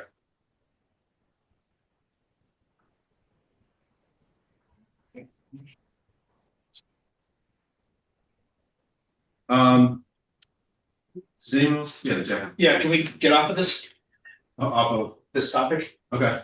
I want to get onto the topic of the parking on this lot and how you came up with it. I know you may say it meets code. Sure, How many people are gonna be working in the restaurant, people working at home, people going to the store? And you're gonna get to a point during that day where you don't have enough parking spots. so And I see the delivery truck pulling up on Church Street and parking on the street because he's gonna go in that nice little walkway to make his deliveries of beer and wine. or he can pull in the easement in front of the pump station too. Well, seriously, I'm just, okay, so that's why I'm concerned is the answer how to is the this all question, gonna work in reality? everything was based on the code. It's so many spaces per unit, so many spaces per square foot in a restaurant. So we based it on a restaurant which was stricter than commercial or retail. So we did the seating in a restaurant based on how many square feet per seat and then how many parking spaces per square foot. And we needed 34 and that's what we provided. So it's 34 for the restaurant, for the total including development the is 34. residential units above where everybody's Yeah. working from home? Everything, they may all be working from home, but I don't know that, but we meet code 100%. And what the code requires is what we provided. I hear you and I accept that because that's the way it is, but at the same point in time, reality is gonna come that. You know, you have employees coming in and you have employees for the shops and people living there and you want customers for your restaurant. I just see issues. And so I'm concerned about that. So sorry, can I just ask, what is the required amount of? Do you have, is it just enough? Is that? Whatever's it was like 42.3, and we did 43 spaces, whatever. We met the letter of the. 33. We got 34. Oh, I'm sorry, 32, yeah, sorry about, thank you. We can provide a parking chart as well for the board if one wasn't already approved. Oh, yeah, I got it. So 34 parking spaces is required based on the retail, residential, and restaurant, Route 34. Yes. Okay. And so you said that, so that area just to the north of the building, the mixed use building, that's a paved area that could be serviced by delivery vans? Sure. I mean, we don't have any restrictions on it, but The town has an easement there to access the pump station, but it's strictly an easement, so it doesn't prevent us from using Right. it. So long as we don't impede their use of the easement. Their use of the easement for the pump station is primarily a maintenance issue. It's not like a regular thing that they're going back there all the time. So so we're not proposing permanent parking spaces there, to your point, through you, Mr. Chairman. But for purposes like Dario said, if a delivery truck were to pull in there, then they could unload from that spot, once again, so long as it's not impeding. And that's how wide the Dario? It's more than 24 feet. Yeah. So one of the other things we did, which we asked about, Millie asked about, and we have nothing in our codes because we're not Boston or Worcester or New York City, but we accounted for it, was at night when all the other businesses are shut down, because typically most businesses shut down during business hour, and the restaurant's opening. And if the restaurant just it was so popular because Millie makes the best cheeseburger in town, what if we had valet service? Now, there's no codes, guidelines, we looked through that with the DRC and they said, well, there's no such thing in Northborough, because we're a small town and most small towns don't deal with it. But it's a very common way of dealing with parking pressure at peak hours, and the point was the valet could work in that drive. You can do a 2-point turn and get out and pick people up and drop people off. And I know we've talked to other properties and said, hey, if we need to do this, can we do this? So we'd have to have an agreement with someone else, but there's nothing in our bylaws, nothing in our regs. But we did think about that and said, what happens if it does do this? Well, the thing that's nice is right across the street, they're closed when the restaurant's open. And there's like 30 spaces, like literally across the street, that crosswalk. And if you look at Millie's restaurant now, when it's busy, they're parking at the church, people kind of figure it out, which is why we put the crosswalk there to make that more convenient. So you weren't looking, you could at least have a spot to get across the street and park. But we meet code is all I can say, but I also agree that there could be times when I can't find a spot. But it's nice that there are other spots across Route 20, the banks are closed, the park, and directly across Church Street, these businesses are all closed when the one point where you could expect it to be busy, it's 7 o'clock on a Friday night, and it's, free drinks or happy hour or whatever's going on over there, but yes. Yeah, sorry. In our zoning bylaw, we do actually have a provision for shared parking. So it does allow, should they need additional parking, they can apply for a special permit for this shared parking. There is a proposed article for this town meeting that says that they would have to satisfy their ADA requirements within 100 feet of this property. But it essentially says that they can have an agreement with an abutting property, and it has to be within 500 feet of this property. And it has to be binding, it has to be, subject to approval of the board. But that is an option available to them should the parking be met. And it's really there if you couldn't come up with the right amount of parking spaces, you have that as an option. We were looking at it, even though we have enough space. To say, hey, let's look at belt and suspenders, cause I know we talked about that, cause. If people can't get there, it also hurts the business. Yeah, so we get it, We did a quick evaluation of a sort of 300-foot radius diameter, and I think we found at least 80 parking spots in all businesses that had off hours from us. right, not CVS, but all the rest of them, yes. That was probably 2 years ago, but we looked at that initially. Which is nice, I mean, that there's stuff nearby. You guys would have to get permission from those folks for that, right? The landowners, Okay, yeah, yes. Yeah, I mean, that was one of my questions too. It's like, I know your parking meets our code. I think there should be more parking, but that's beside the point, but it was the overflow. So hopefully this restaurant thrives and there is need for overflow. And Yeah. going wherever they go, but it seems like you guys already got that covered. We looked at it a lot, you know, Yeah. and not because of you guys, just selfishly looked at it to say, what happens if this place is like super successful? What do we do? So, but we have looked at it, you know, and the one thing we wanted to do and made sure we did is that we complied. So I said, we gotta go in by right with this right out of the chute, so that at least meet the codes. Cause you can't make a neighbor agree.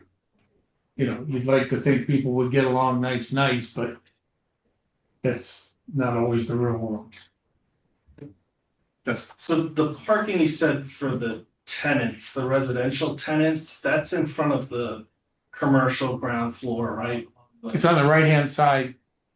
On the right hand, so if you're a commercial customer, you can't just park your car going to. Right, it'll say, You have to reserve park in one parking of the other. on the parking left-hand lots. side, yeah.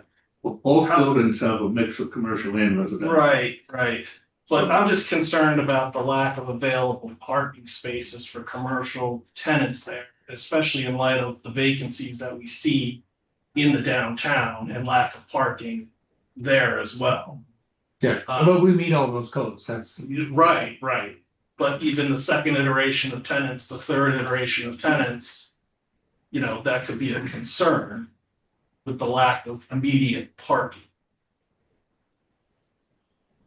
I don't understand the iteration part. There's not a Because there's no tenant's gonna stay in place forever. There's gonna be a second tenant. And unless that tenant, you know, there's gonna be a different use for that actual retail commercial space. Correct, but they all, unless it's a use that's not accepted with our parking, they can't go there. So it has to be a use that meets the current regs, it can't be a different use that would have, you know, 30 people there. Right. We have regs to prevent that, AKA the restroom, you know. So are you envisioning the commercial space to be like office space or because I'm just It could be a concerned nail that. salon, beauty salon, it could be, you know, just, you know, someone going in getting a massage, it could be. you But know, there's no concern from a planning perspective, immediate access of pulling into a parking space and going in the store? No, Okay. cause they can get in from behind or the front, depending on what that tenant wants to allow. Because if you're a resident, you're taking all those spaces right there in front. You're, the resident's taking these So I have to park in. here and you park Right, on and so the what wall. I'm saying is like, if I just need to run in to grab a wall. Right, you park over here, I park at 17 and then walk all the way over. correct, or 10, you know, all the way, yes. Yep, I think if I may, Mr. Chairman, I think as we see the tenant fit out, some of these issues will come more into focus because we'll see what sort of traffic will be generated by the particular users. Yeah. What peak hours they typically have, things of that nature. And you know, we refer to it as retail, but of course, retail can vary, you know, Yeah. from A to Z. So until we see that tenant fit out, we're really not gonna know for sure how it's all going to work. Yeah, my question is basically, I feel like the planning or where the actual improvements reside on the lot, is that the most efficient layout for this site? I'm gonna say yes, cause we did about 30 of them. And Well, I mean, we really did, and I still have copies of them all.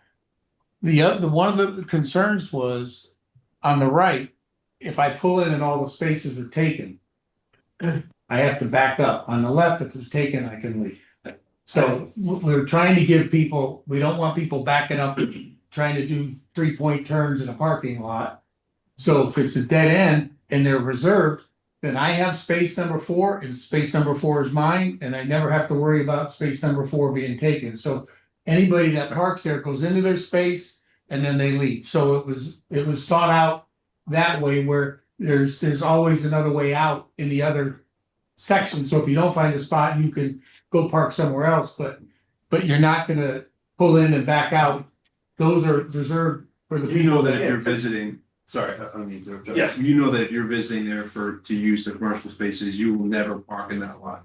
That's resident only, so you will never drive in, pull out. You're always gonna go in and then park in 10 through 20. Right, exactly, because it says reserved parking. Yeah. Now, people could break the law, I mean, we can't stop that, I'm sure some people will.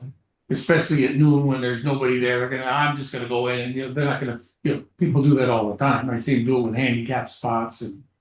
But, it was designed again to be the most efficient and to cause the least havoc with people coming in and out, so if you have dead end parking and it's reserved. There's no hiccups, if you break the rules and go to park in the dead end and then you gotta do a 3-point turn, well, you broke the rules, I can't. You turn left where it says no left, I can't stop that. Because my point is basically you're coming to the ZBA, part of it is for a variance, right? On density essentially. On the sides, yes, on the line. And to have an immediate concern about parking. Because of a tight site that really by zoning doesn't allow that much square footage to begin with. And so to kind of get into the question of like really what we're here for is, okay, Sure. you have to prove, certain hardships in life. Well, And so like that's a big concern from my perspective that, okay, you bought this site, it was zoned a particular way. It seems as if this is a planning argument and not a hardship, or at least it's a self-made hardship. And I think this is all related as far as the lack of ability, parking and traffic flow. I think it's all interwoven. We had nothing on West Main Street, we thought that looked horrible, to have a parking lot facing our main street. So we could take the building out and put 4 more spaces and call it a day. Cause then we'd have 4 more, we'd actually have 8 more than we need. And we have a nice parking lot on Main Street, which would blend in nice with the gas station and the car repair place and the other gas station. So one thing to consider is the reason why we're over, the law is because it's a groundwater overlay district. If this wasn't in a groundwater overlay district, it could have been law, it's like 20,000 square feet. That's something we could consider. But in most other zones. Downtown lots. Yeah, you're right, it wouldn't be 40,000. Sure. But it is, so. Yeah, We get. and I think it's a beautiful project, and like the downtown needs to have this investment needed, but it's just. We're kind of tasked with a sense of establishing protocol and, setting essentially the rules going forward. So I'm just kind of curious to hear a little bit more about your hardships and your life as well, and we talk. Thanks, John. Does anyone else have any other questions at this time? I'd be remiss not to ask just about, so several of the, big reason why we're here is because this is in, the groundwater protection overlay districts 2 and 3. And so, Steve and Tetra did do sort of a stormwater. I guess you can kind of, I know you guys are going to be responding to all these things, but just sort of your general thoughts on some of their comments, in terms of the subsurface filtration system, all these things that sort of like, obviously the Bucks Cold Farm Brook, right, like if you want to just kind of give your thoughts, general analysis, you know, that sort of thing on the project, with things. Absolutely. Yep. So again, Dan Sherrick, Daily Ward. So reviewing, the comments at a very preliminary stage. This is a question more so of Tetra Tech's, I guess, the big one, for lack of a better term, is the way the height analysis was looked at. The way we originally looked at it was looking at all the flow that kind of comes in this general direction, 41 acres. And one of Tetra Tech's comments were, can we look at it from a more of a, I won't call it micro analysis, but just a bit tighter, so that we can kind of see the total impact that you'll have between pre-development and post-development.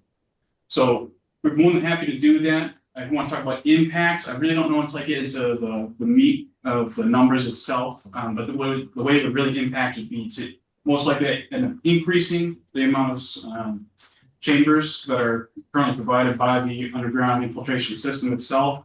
Site is able to accommodate that. One of his other comments was we don't meet certain setbacks to the foundations. You can move them around however you like, and I do think you can get that to actually work out.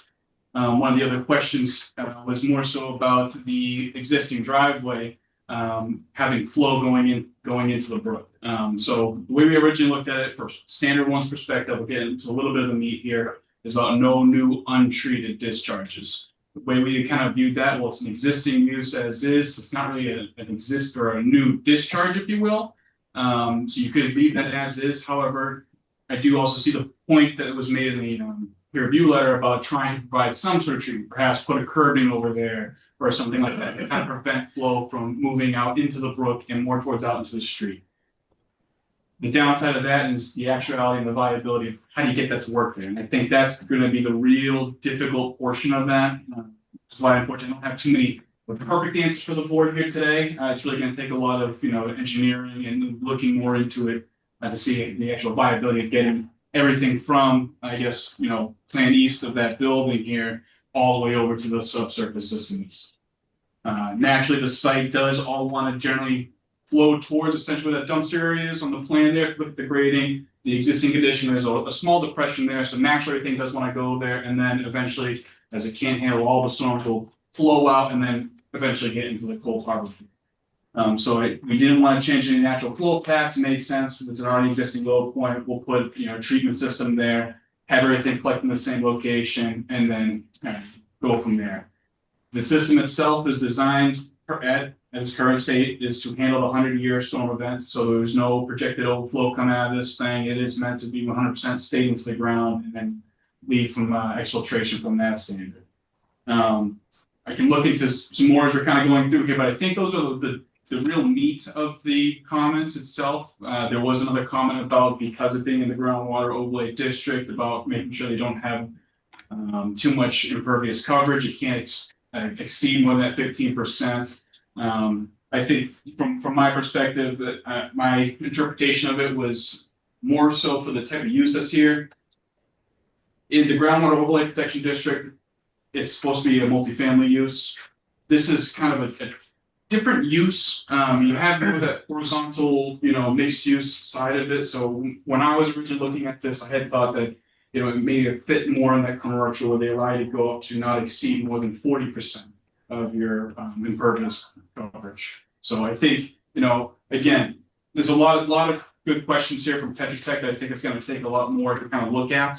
But again, I think the other plus side of this too is we try to design this conservatively.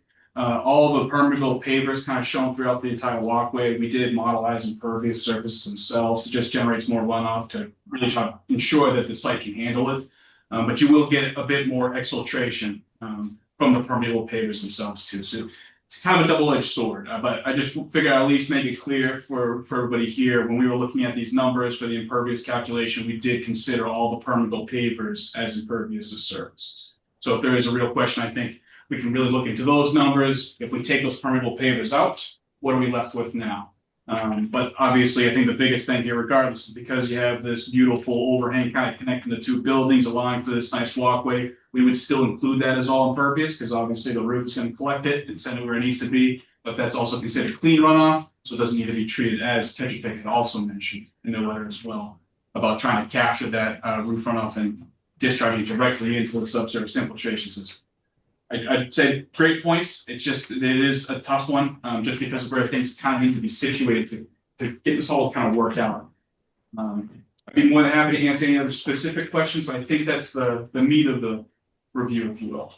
Through the chair to Lori, are we looking at the impervious before the buildings were taken down? Or are we looking at it now where it's just gravel lots?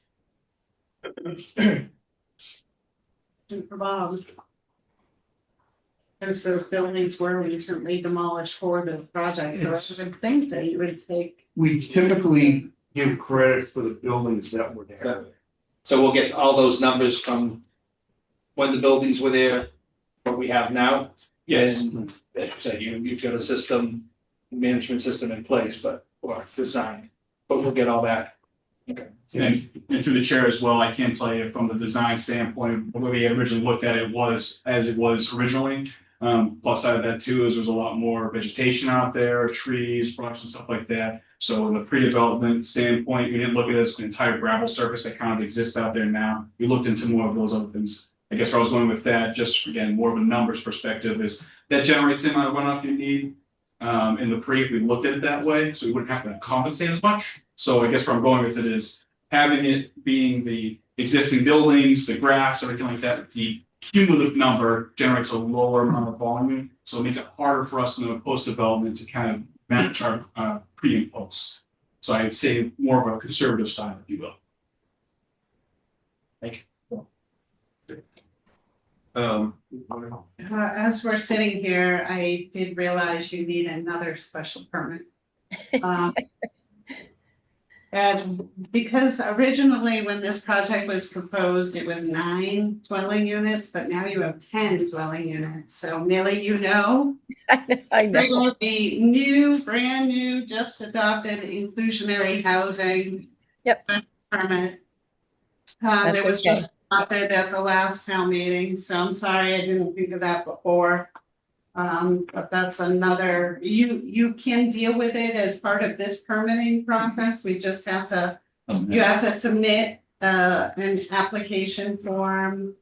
Of course, there's another fee. Then we're gonna have to re-advertise for this public hearing, or we could condition this approval on you getting that additional special permit. It would still be by the ZBA. So it's your option how you wanna pursue it. But as I'm sitting here, I'm like, oh no. Yeah. So, sorry about that. Through you, Mr. Chairman, we can discuss that as a team and help us to. Is it, did you say 9 triggers it or 10 triggers it? 10 triggers it. 10 triggers it, okay.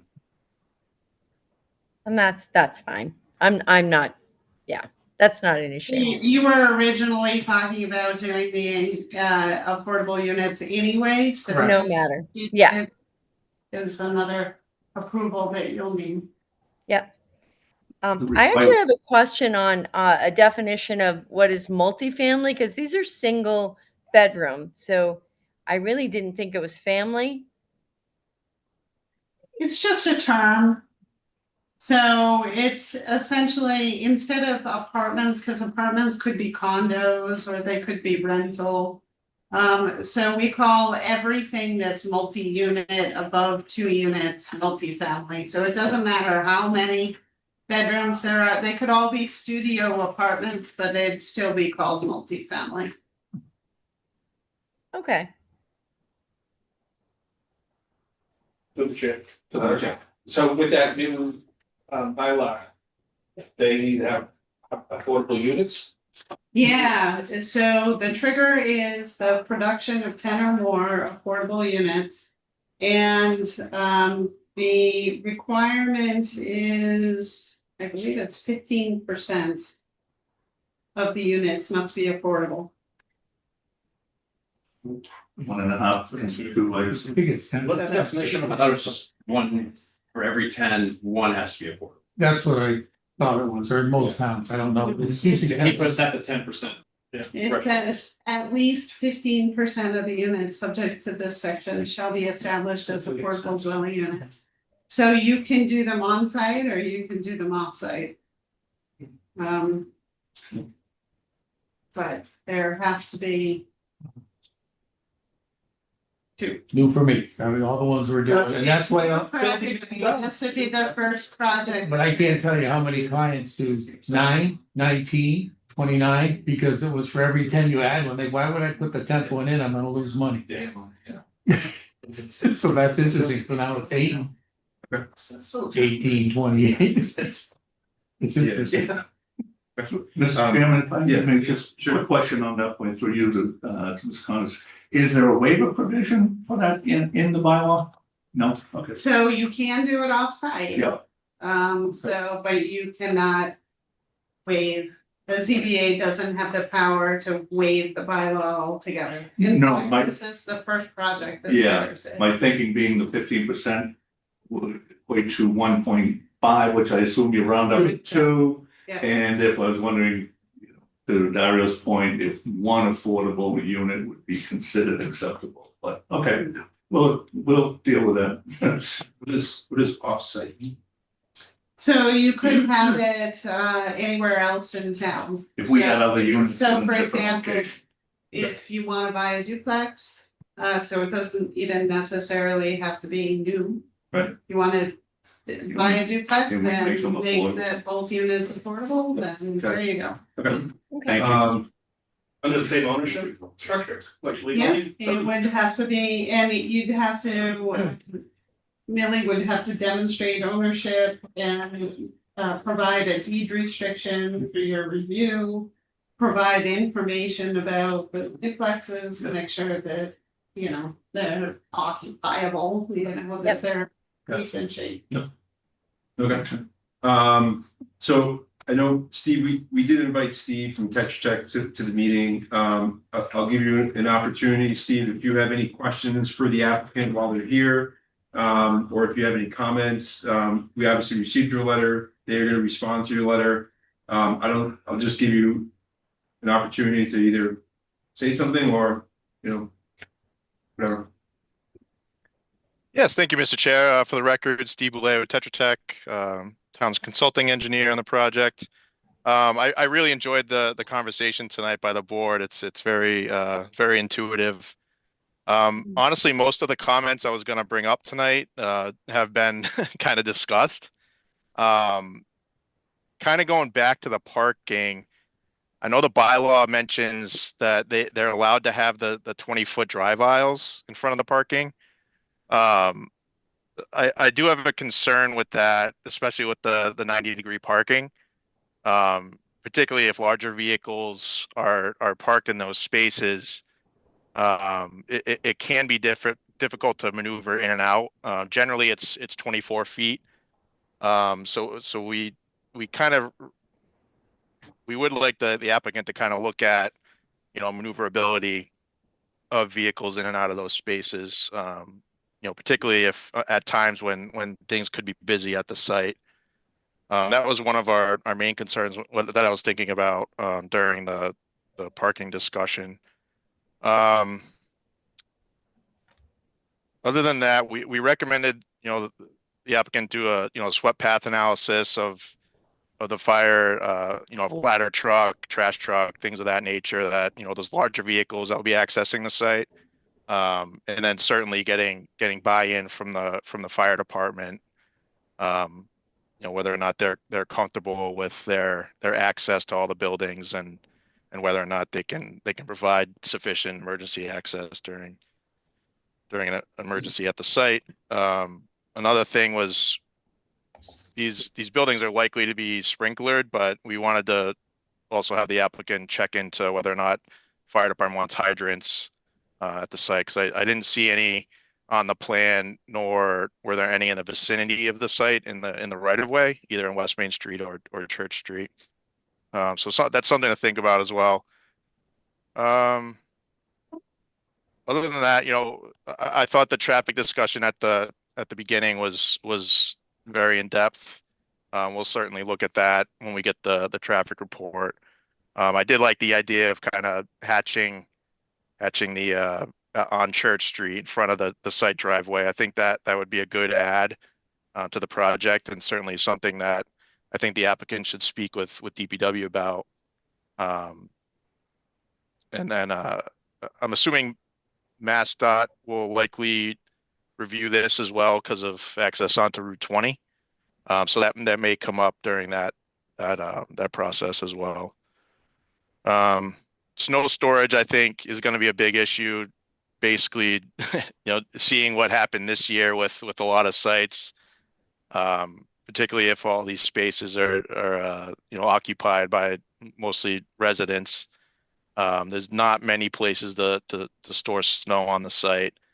They certainly got to keep the driveway out to the pump station clear. So that's something that I expect off-site removal of snow will be included in their stormwater O&M plan, or an O&M plan for operations at the site. We didn't see an O&M plan in the submission, so that is one thing we recommended be provided so we can review. And then just staying on circulation, we didn't see any signage on the site plan. And certainly through discussion at the beginning, with the one way out on the West Main, we thought, there needs to be some clear signage, especially at that entrance, because, even though it's one way out, I do expect, if somebody misses the turn at Church Street, someone's going to want to pull into that. So it needs to be clear that, it's a do not enter at that West Main Street entrance. And then just having stop signage and other warning signage on site would certainly help. But other than that, I agree with Haley Ward's kind of comments about the stormwater. We'll certainly look at that when they provide their responses. But it sounds like they could likely get it, many of our comments to work. But other than that, we'll wait on the applicant's responses, revised plans, and we'll keep moving forward. That's all I have. Thank you. Thank you very much, Steve. Appreciate that. I'll just echo sort of the fire department and having them review. I think historically we've let the police. Yeah, we don't from Chief Griffin either. That's once like a traffic study is usually done if they have comments, and it's mostly just like. I did solicit the comments a couple of times, but I just didn't receive any of it. Yeah, they sat in two of the DRC meetings, the fire department and the chief of police. Okay. But I think, but they were happy with what they saw, but I still think you need their buy-in and sign off, but they were both here, which was nice because we had Concom here before Vinny left, and the whole gang was here. I mean, that was Lori's doing too. It's like, hey, anybody that's got any authority, let's bounce it off them before we move forward. Yeah, totally. And if it's simple, hey, we like it, then that's perfectly fine. Just on one of Mr. Bully's comments, I believe an O&M plan was included in our stormwater report. So do you want us to forward that to him, or do you want to forward that to him, or? If it was, it should be on our website. Okay. Did you see the rest of the report? It's enclosed within your stormwater plan. Is that what you're saying? Yes. If I may too, through the chair. It has been revised. It was part of Conservation Commission's comments as well from, I think, the last meeting. So the biggest thing for that was they just wanted to include some sort of maintenance language for the permeable pavers, which we did. I don't know if you've received the latest and greatest, so I think regardless, we can make sure. I don't believe so. If you provided that to the Conservation Commission, it didn't come to me. Fair enough. Okay. So this is a public meeting. I don't see anyone here in public, but if there's anyone online and you wish to speak, if you could please just raise your hand, state your name and your address. Be appreciated. Okay, Mitch, can you hear us? I can hear you. Can you hear me? Yeah. Great. Thanks so much, Mitch Cohen, 12 Whitney Street. This property is pretty close to my own. I think from our bedroom window, we'll be able to see this, and I can't wait. This is a beautiful structure. Be a really nice improvement to downtown Northborough. We can't wait to check out the restaurant, and we would walk there. So given our vicinity to it. I had sent in an email earlier today. Most of those questions have been addressed, at least partially, so I really appreciate that. I'm very glad to hear there's going to be a crosswalk. The location looks right to me. Please make sure that there's some way of getting those flashing beacons with a floodlight in there. Those are really important. We have one of those just a little further up Church Street at Pleasant Street. I appreciate that the cost is a complexity. Please find some way to sort that out, given the location and how busy the drivers are there. That's going to really be helpful. I think I saw from the renderings that there's a sidewalk or something like a sidewalk along Church Street. Am I correct in reading that? Yes. Okay, great. Also addresses one of my questions. I am a little concerned about the traffic. Well, there are a number of concerns about the traffic flow, as we all are. It's a small site. It's not going to be perfect. That's okay. That a lot of people use the mobile station as a cut through to avoid stopping at the light. And I worry people will find this even more attractive. And I see Millie nodding that, I take it this has already been thought about. I don't know of any magical solution to it, but it's good that there's already some thinking, whether it be speed bumps. Obviously, there's going to be an almost 90-degree turn there. Maybe that'll dissuade drivers from doing that. But people will do what people will do, even when it's wrong. So give that some thought. And if there's consideration, and I see both sides of it, for a right turn from Route 20 into the site, that's similar to what we have now going into Blake Street. That's a right. You can only get to that from the Marlboro side of Route 20.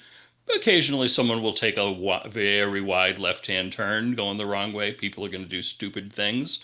I can see some benefit of doing that, because I worry about people turning right onto Church Street to take a left into this restaurant or the other businesses, and traffic backing up because there's only one travel lane going in that direction. And I think it would be pretty quick before that traffic backed up onto Route 20. Yep. So I am not a traffic engineer by any means. I would, just only ask that the board and its consultants give that additional thought to come up with the safest balance of all of the approaches. And I appreciate that Dario's already obviously thought about this a lot, and Millie and the rest of your team. And that concludes my questions. Thank you very much. Thank you, Mitch. Thanks, Mitch. All right. I guess I'll go to the board. Are there any other additional questions at this time with regards to this project? I feel like we're covering a lot tonight. I'll give you guys the last chance. I mean, there's obviously a lot of takeaways. Right. First and foremost, all the comments, traffic studies, all that jazz. So, you guys have any other additional comments at this time? No, unless any other members of the team do, Mr. Chairman, which I don't think anyone does. I appreciate the comments of the members, appreciate the comments from Tetra Tech as well as from Mr. Cohen. We're looking forward to working with all of you to produce a successful project that I think everyone will be comfortable with and proud of, and will work the way it's designed to work. Obviously, we never know what issues may lay ahead, but we're confident we can deal with any of those issues as they present themselves.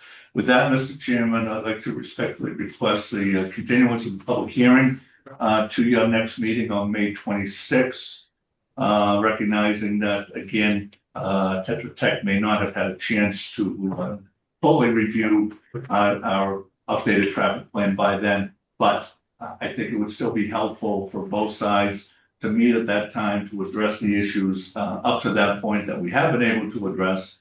And so that would be our request at this point, Mr. Jim. Okay. Thank you for your consideration. Thank you. Are there any other comments from the staff at all? You guys, you have everything? Good. Martin, yeah, I'll entertain a motion, Brett. Yeah, Mr. Chair, I'd like to make a motion to continue the hearing for 1 Church Street to our May 26th meeting at 7 p.m. I second. Okay, the motion was made to continue the meeting to March 26th. It's May. Stop in front of May. Millie, did you have a comment? Sorry. I just want to take 1 minute to thank you guys all for taking such great time and really helping us move this project along. And I know the special meeting tonight was really, really greatly appreciated. You're welcome. So a motion was made by Brad, seconded by Susie to continue to May 26th at 7 p.m. All those in favor? Aye. All right, great. Thank you guys. Thank you very much. Thank you, Joel.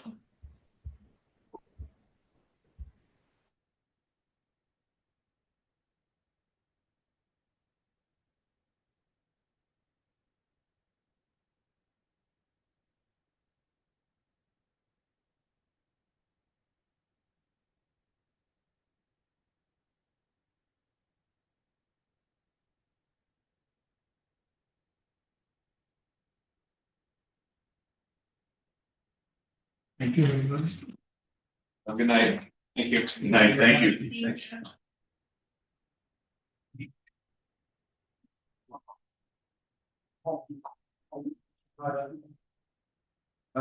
Okay, so all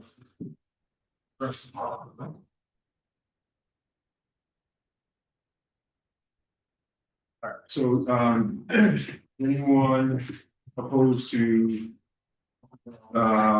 so 34 that is Mason Road, the variance setback. That's fine. I mean, the only thing I would say is just give a little more relief than 1.5 feet. Okay. So yeah, I think just my general comments about this, it's a very small ask for a variance, might be the smallest one. 1.5 feet. It's, you know, I think corner lots generally are tricky because of the 2 front yards. I mean, I feel like we've had plenty of cases where this is the case. It doesn't encroach any closer to a neighbor on any sort of side, right? There's another street that's there. We're right in the drive street. I don't see, you know, a literal enforcement of the law would be, I think, because of it. Does anyone else have any other comments?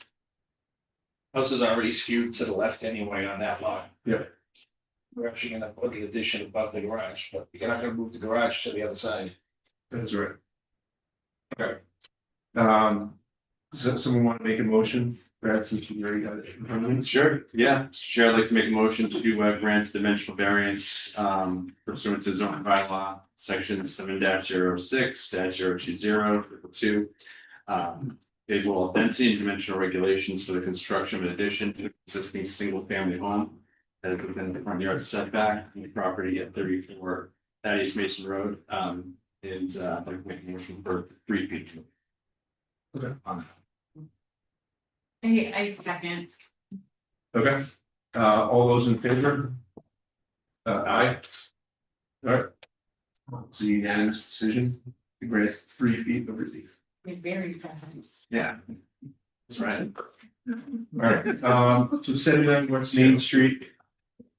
Is the vote.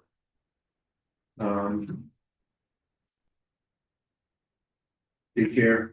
So I think, I'll start by saying, you know, in terms of the sort of definition of uses and where this falls, you know, the determination was made by Bob, who was the zoning enforcement officer, that this does fit within definition of an adult daycare. Adult daycare? Yep. And so, you know, I think this is I think given the site, the space and the parking that is there currently, it is an appropriate use. You know, I think that there's currently 68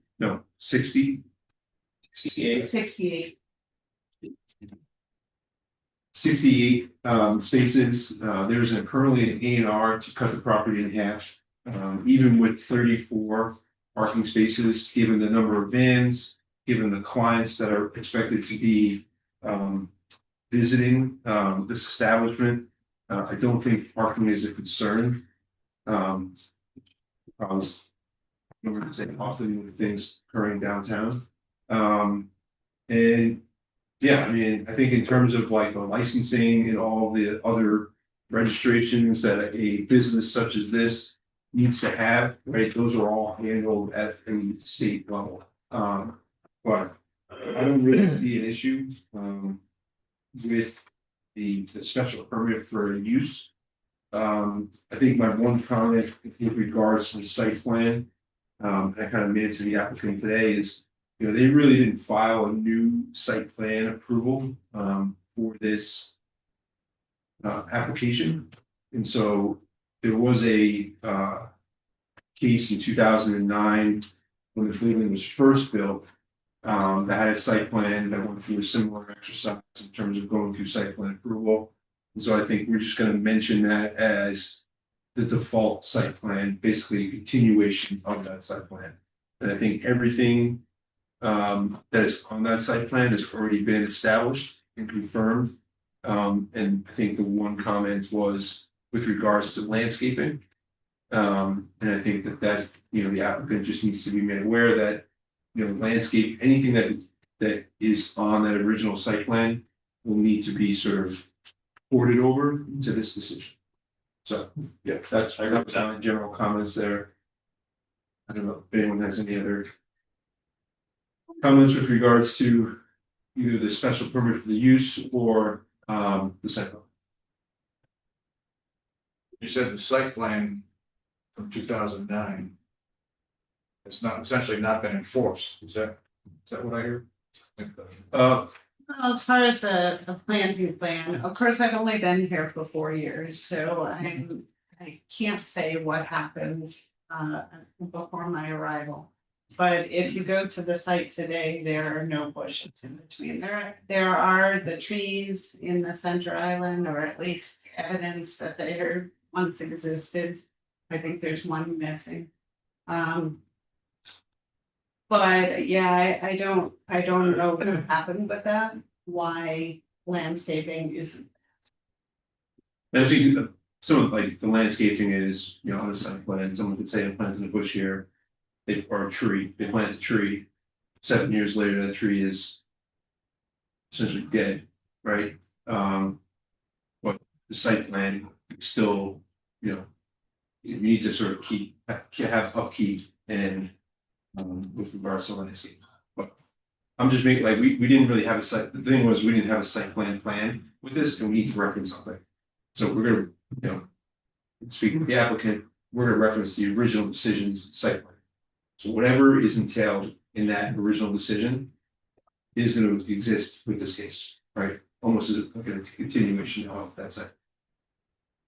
And in terms of enforcement or making sure that they are abiding by it, right? I mean, not to hand it off, but Bob, that's right. That's your right. I'm gonna own it. Yeah.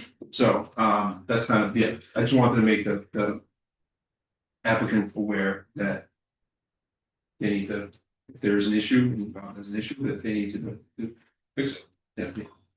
Also to say. I think I'm probably gonna do is tie it into the occupancy permit. Okay. Because they're proposing a change of use under the building code. Yep. Which does require a building permit regardless of anything inside. So all the exit lights, fire alarms, was if they have it, all it has to now conform with the new books used. And we'll tie the site plan approved documents in with the final office. Yep. Okay. As well as exterior signage. Yeah, if they're right. Exterior signage needs to go through design review. Yeah. And then through me. I don't think it's gonna be correct if you would have had the exterior signage tied in with this. I would say just have the exterior signage. Comply with all current bylaws. Okay. Ladies and gentlemen, we submitted for the redesign. Yeah, Is that okay? That's what I just said. And they were told. Yeah. That here, they were told about site plans. Yeah. Right. And but the signage, right, is not, like, they're not asking for anything that's like not a lot, right? No, yeah, they haven't come to me yet with anything for signage. But it's mentioned in the proposed decision, and I think was mentioned here that. Anything signage related to the downtown business district goes through. Design review. Okay. Cool, thanks, Bob. Are there any other comments or questions or thoughts with regards to the special permit or the site plan approval? Susan? I think it'll be a positive for the community. I think it fits the definition. It'll bring good paying jobs. We don't have to worry about who's gonna be clients there because that's all handled by the state, so. I think it's a business model that's gonna start taking off and, you know, I mean, and the neighbor was here in support too, so I think that's a good sign, so. I'm in support. Okay. Any other questions, comments? No, I'm supportive as well from a business model perspective, which is the society impact and inclusive of, you know, helping these people get back to their ways, but also benefiting the local commerce. Yeah. Okay. So the two conditions are, just making sure that we're identifying site plan, again, after the dogs are not. Yep, and then Yeah. Got it, each. Cool. Okay. Don't want to make a motion. Yeah, Greg, you're on a roll. sure, yeah, Mr. Chair, I would like to make a motion to for the special permit for adult daycare use. And the special permit site and approval referencing the design review committee decision and conditions from their October 2009 meeting. For the existing storefront located at 79 West Main Street, map 63 parcel 11, downtown business and groundwater protection overlay district area. Alright, we have a motion to approve and seconded by Susie, all those in favor? Alright, great. Thank you. Alright, so next up on the agenda, is zoning bylaw amendments update, meetings in 2 weeks. Is there anything that's high level that is? For our next meeting? No, Your no. May meeting? Oh, Your time today. yeah, the only two changes were, so we had a public hearing again on April 7th, I think it was. And at that meeting, we did receive feedback from an attendee. And the planning board decided to switch back to data center being allowed by special permit. The last time I think I reported to you, I told you that they wanted to put in a definition. But then they wanted to not allow it anywhere, because they wanted to work harder on having a bylaw. At the last meeting, they decided, let's do it by special permit. Let's have the additional requirements as far as approval criteria. The submission criteria would be in the planning board rules and regs. So we wouldn't have to worry about including it in this new bylaw. And that can just be approved by public hearing, after a public hearing with the planning board, and then the planning board adopts it. So it's a less complicated process than zoning bylaw.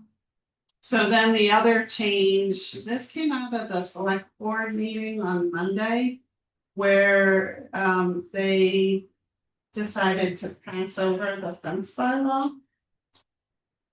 Fence. So I'm gonna put into that too. I got pushback from one of my planning board members that I've heard from so far who said, who are they to pass over our article because planning board unanimously recommended in favor, and the recommendation is the planning board's by statute. So maybe that'll change, I don't know. I mean, it's not Orange County. It's in the warrant, but the recommendation is to pass over. Got it. But it's supposed to be a planning board recommendation, not a select board recommendation, so I'm not sure what's gonna happen at this point.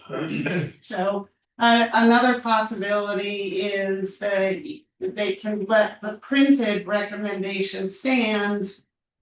Then the planning board will recommend to ignore the Passover recommendation to bring it to a vote so that it's approved.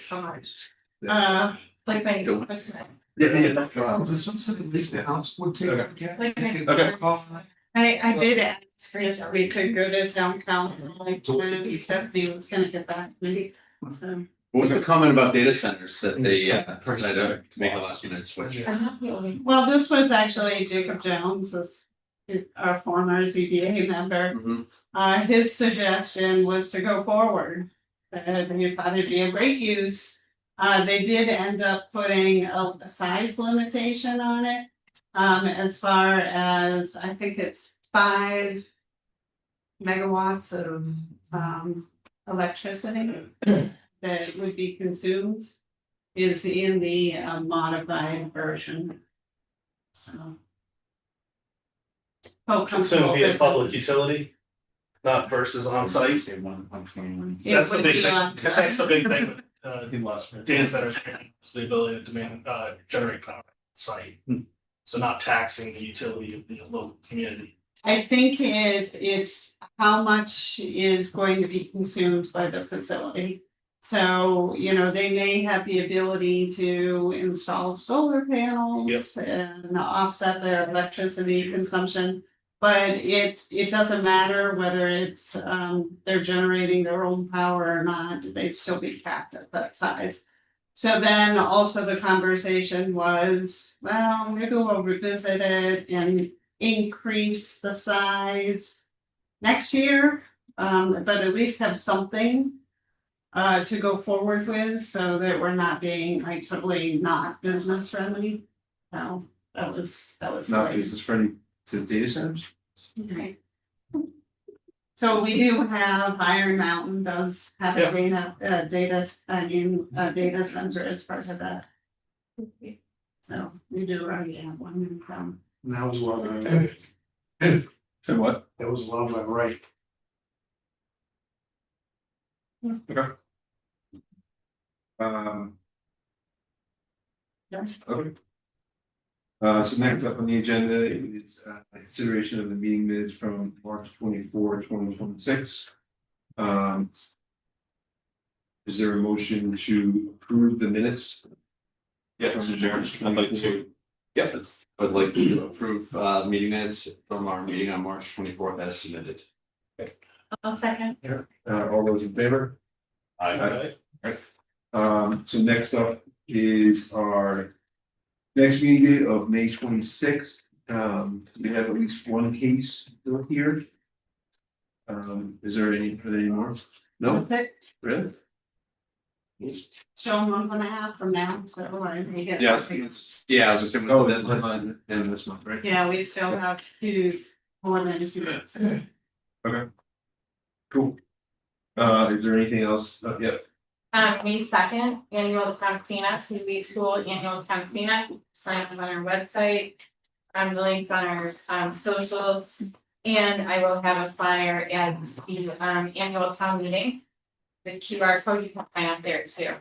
I'll try to make it, probably not, but like early to be there at the table, but the flyer will be there. Oh, and they're probably in the hallways too, I can them out. Around town hall, so you can sign up. Pick a street and then come and get bags or email me and pick up bags and pick up and make our town beautiful. Thank you. Does Northwood do a town like yours? They do, Ally knows the information on that. Yes, Is that the take it or leave it day? no, Okay. They bring that. that's take it or leave it, this is the sale, Okay. yes. Is that going back? Ages. I don't, that's DPW side. You're asking me about what? They drop off on Little War. Some problem. Good night. Not take her. Are there any other items come before the board? Otherwise, I will entertain a motion to adjourn. Yeah, Mr. Chair, I'd like to make a motion to close the public hearing. Adjourn. Adjourn. Second. Second by Susie. All those in favor? Aye. All right. Thank you. Yeah. Yes.